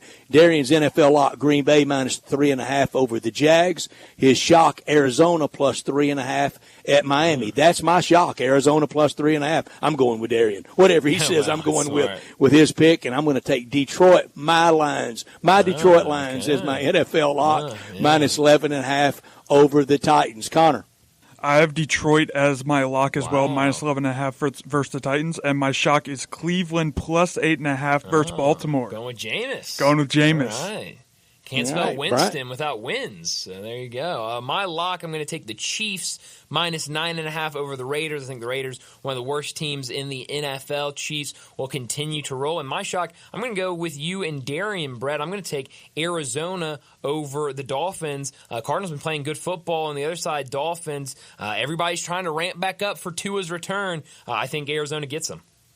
That's our Friday football forecast brought to you by First National Bank and Trust, a division of First National Bank of Eastern Arkansas. For real estate, commercial, ag, hunting, recreational, contact them at fnbt.com. Stop by Ridge Lake, stop by in Collierville, or call them at 901-498-5763. Stable, secure, solid, reliable, and consistent all these years, and we appreciate them so very much. Also want to tell you about that Chevy truck season sale right now in Olive Branch at All-Star Chevrolet. Financing as low as 0%, now available on every new 24 Silverado, no payment till 25. Your Silverado can be payment-free through Christmas and New Year's. Your good credit deserves it, and you get it at All-Star. Olive Branch, where all the new Chevy Silverados are, and also a lot of great Tahoes. Incentives at All-Star on new Equinox can get your price in the low 30s, even down in the 20s. If you're law enforcement, recent grad, educator, first responder,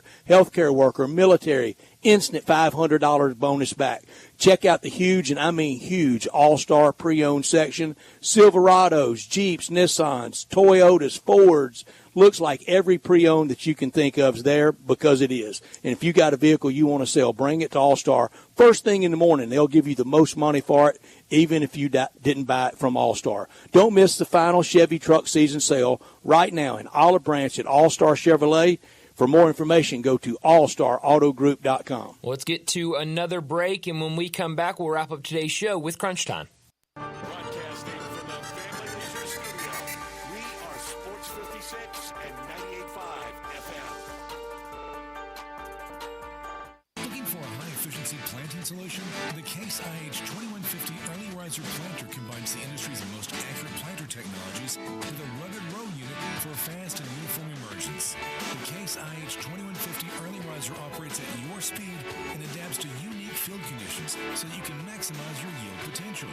Stop in or call Mid-South Ag Equipment at 662-890-3141 to learn more. That's Mid-South Ag, your Case IH Equipment headquarters. Rick's Powder Coating for a beautiful finish every time. Rick's Powder Coating specializes in automotive, ornamental, residential, and industrial coating. With 2 conveyor lines and the largest batch ovens in the Mid-South, Rick's can accommodate all of your powder coating needs. Locally owned and operated since 2002, Rick's Powder Coating will customize a beautiful finish just for you. Drop by or call to see how Rick's Powder Coating can bring color to your life. 901-367-2771 or rickspowdercoating.com. Welcome to the Rendezvous. This is John Vergas. When my dad started the Rendezvous in 1948, I don't think anyone could have imagined we'd still be serving shoulder, cheese plates, and our world-famous dry rub ribs 75 years later. But we are still here in the basement, in an alley in downtown Memphis. We sincerely thank you for making the Rendezvous what it is today. Charlie Vergas Rendezvous, a legendary experience for over 75 years, whether you dine in, pick up, or ship across the country. Family Leisure is having the world's biggest spa sale. It's happening right now. You can save thousands on in-stock hot tubs that are ready to be delivered. Family Leisure has spas that start at just $28.99. You know those cold plunges? You can get one for yourself starting at $39.99. Or how about swim spas? They start at $17,499. Plus, Family Leisure has set up special financing just for this event. Have you been sitting on the fence about an above-ground pool? Get off that fence and get to Family Leisure to take advantage of huge discounts on all their in-stock above-ground pools. And if you need some patio furniture, it's all priced to move out now. It's not too late to have some summer fun, courtesy of Family Leisure. But you better hurry up. The world's biggest spa sale might go on forever. Family Leisure. Whitten Road at I-40. Family and fun come together. I've got him on the line, Jason, the main man marshal at Gossett Volkswagen on the Pike. Hey, give me the lowdown, Jason. Here's what's really low down. Interest rates. All 2024 Volkswagen Tiguan's now 0% for 60 months. 0% for 60 months available on every 2024 Tiguan. That's awesome. What else you got? Randy, all peak edition Atlas is now $5,000 off MSRP. A whopping $5,000 off MSRP on all peak edition Atlases. Hey, what else you got? Right now, take your pick for 2024 Taos SE or 2024 Jetta SE. $289 a month. Taos SE or Jetta SE, $289 a month. Wow, Jason, the main man marshal, you got it going on. And remember, at Gossett Volkswagen on the Pike, no reasonable offer will be refused. That's Gossett Volkswagen 1875 Covington Pike. Online, GossettVWMemphis.com. Where we're charging for it and charging less every day.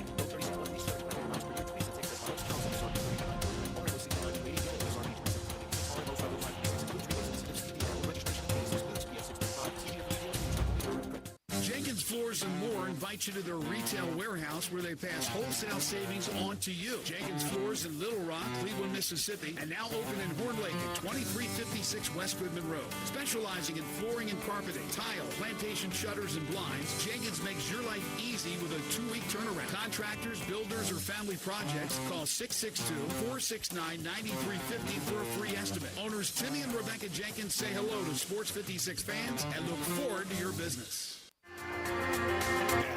Sportstime on Sports 56 and 95 FM. This hour brought to you by Jaguar Land Rover. Once again, this is pretty cool, and we're just getting started, so.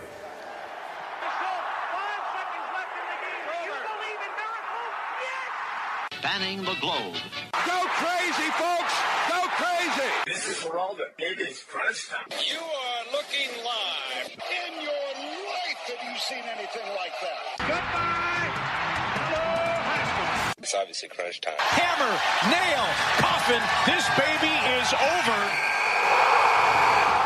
Well, Brett, what I learned today is that Sean McVay, after last night's game between the Rams and the Vikings, told reporters that Cooper Kupp will remain a Ram. There have been real speculation, real rumors out there that based on the season the Rams have had, that they might shop him around the trade deadline. He returned last night, scored a touchdown last night for the Rams, and Sean McVay said he will remain a Ram. A great receiver. It would be, I think it would mean dire situations for them to trade him, and would definitely be giving up on what you have on your roster right now for this season, for next season. But it does seem like Sean McVay, at least Sean McVay, is saying that he will remain a Ram. We know that could change, because sometimes it's not the head coach's decision, but right now at least it looks like Cooper Kupp will remain with the Rams. Just wonder if the Rams will look up later in the year and wish they probably really didn't win that one last year. Maybe. Sometimes you have that feeling when they want to move on from kind of in fresh start. What I learned, we just heard Pete Pranica's great hammer, nail, coffin. I want to hear it tonight so bad on the road, because I want the Grizzlies to come home tomorrow night for that home opener with a 2-0 and a big homecoming festivities tomorrow night. Very sorry I can't be there, but the big welcome back for so many players that missed so much time last year. I mean, it's like we're starting over with some. Yeah, no, it absolutely is. And, Brett, that takes me right into what I could have done without today, because what I could have done without was Zach Edey's Game 1 performance against Utah. And the reason I bring that up today is because that's the beauty of him being a rookie, is that it's next game. It's an 82-game season. Let's not worry about Game 1. We talked about this yesterday, Brett. Nothing to worry about right now. I've heard a lot of people, should we start freaking out? Maybe this was the wrong selection. Let's just wait and see. It's a long season. This is a guy that really every step along the way, whether it was when he got to college or when he started playing Summer League, it was kind of slow at every step, and over time, he's improved and gotten better. I think he'll do the exact same thing at this level with the Grizzlies. So I'm hoping tonight against Houston will be another tough matchup for him. Alperen Sengun, a really, really talented player. And very well paid now. That is exactly right. But it'll be another good test for him. We'll see what he can do tonight for the Grizzlies. I could have done without this, and we always try to keep it fun and with sports and keep it on sports, but sometimes sports has real-world consequences in the college sports world, still reeling, particularly college basketball, from that news yesterday about USF head coach Amir Abdur-Rahim. It is just stunning. 43 years old, 2 daughters, a son. I didn't know he was Sharif Abdur-Rahim's brother. I didn't know that till reading more about him. Just unspeakable. The sadness. Like I said, we like to keep it fun, but this is overwhelmed a lot of people in college sports, and really hits in here with the University of Memphis tied to South Florida. Yeah, no, it really sad. We talked about it yesterday when the news was really breaking, and for both of us, it hit us, and we didn't really have a lot of the information. Now today, all the tributes, impactful man.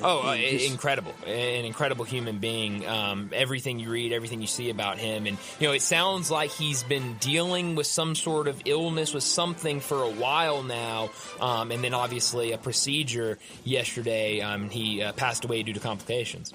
I don't think any compliment to a coach more than when you get that ultimate compliment of he changed my life. He made me a better person. He made me a man. Yeah. And you've gotten that a lot today from past players, whether it was assistant coach or head coaching jobs for him. Yeah, no, really, really sad stuff yesterday. Where are you beaming this weekend?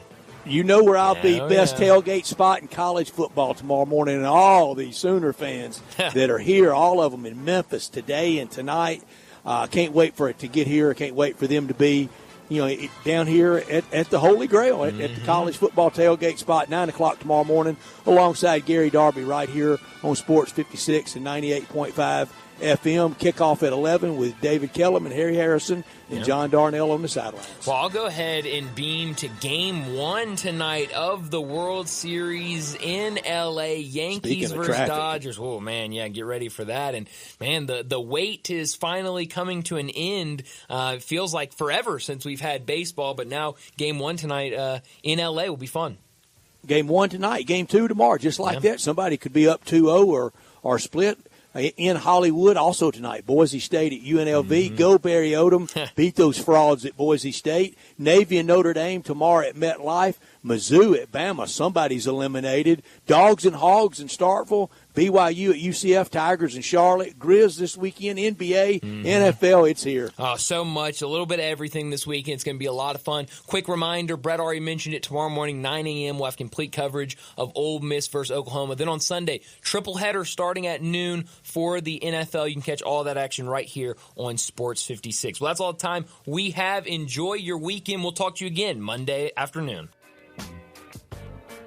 Get ready, Memphis. It's our 35th annual Truck Over happening here at Sunrise Buick GMC at Wolf Chase. Big trucks, load trucks, four-wheel drive trucks, two-wheel drive trucks, crew cab trucks, extended cab trucks, diesel trucks, gas trucks. We got red trucks, black trucks, white trucks. We got trucks for big jobs, and we got trucks for weekend warriors. We got trucks with great gas mileage and trucks for all your towing needs. Huge discounts, big rebates, special interest rates. We've got it all. Ford, slow pay, it's all okay at Sunrise, home of the guaranteed approval. Come see us for all your car, truck, and SUV needs. Visit us at the good-looking building on Highway 64 in Bartlett.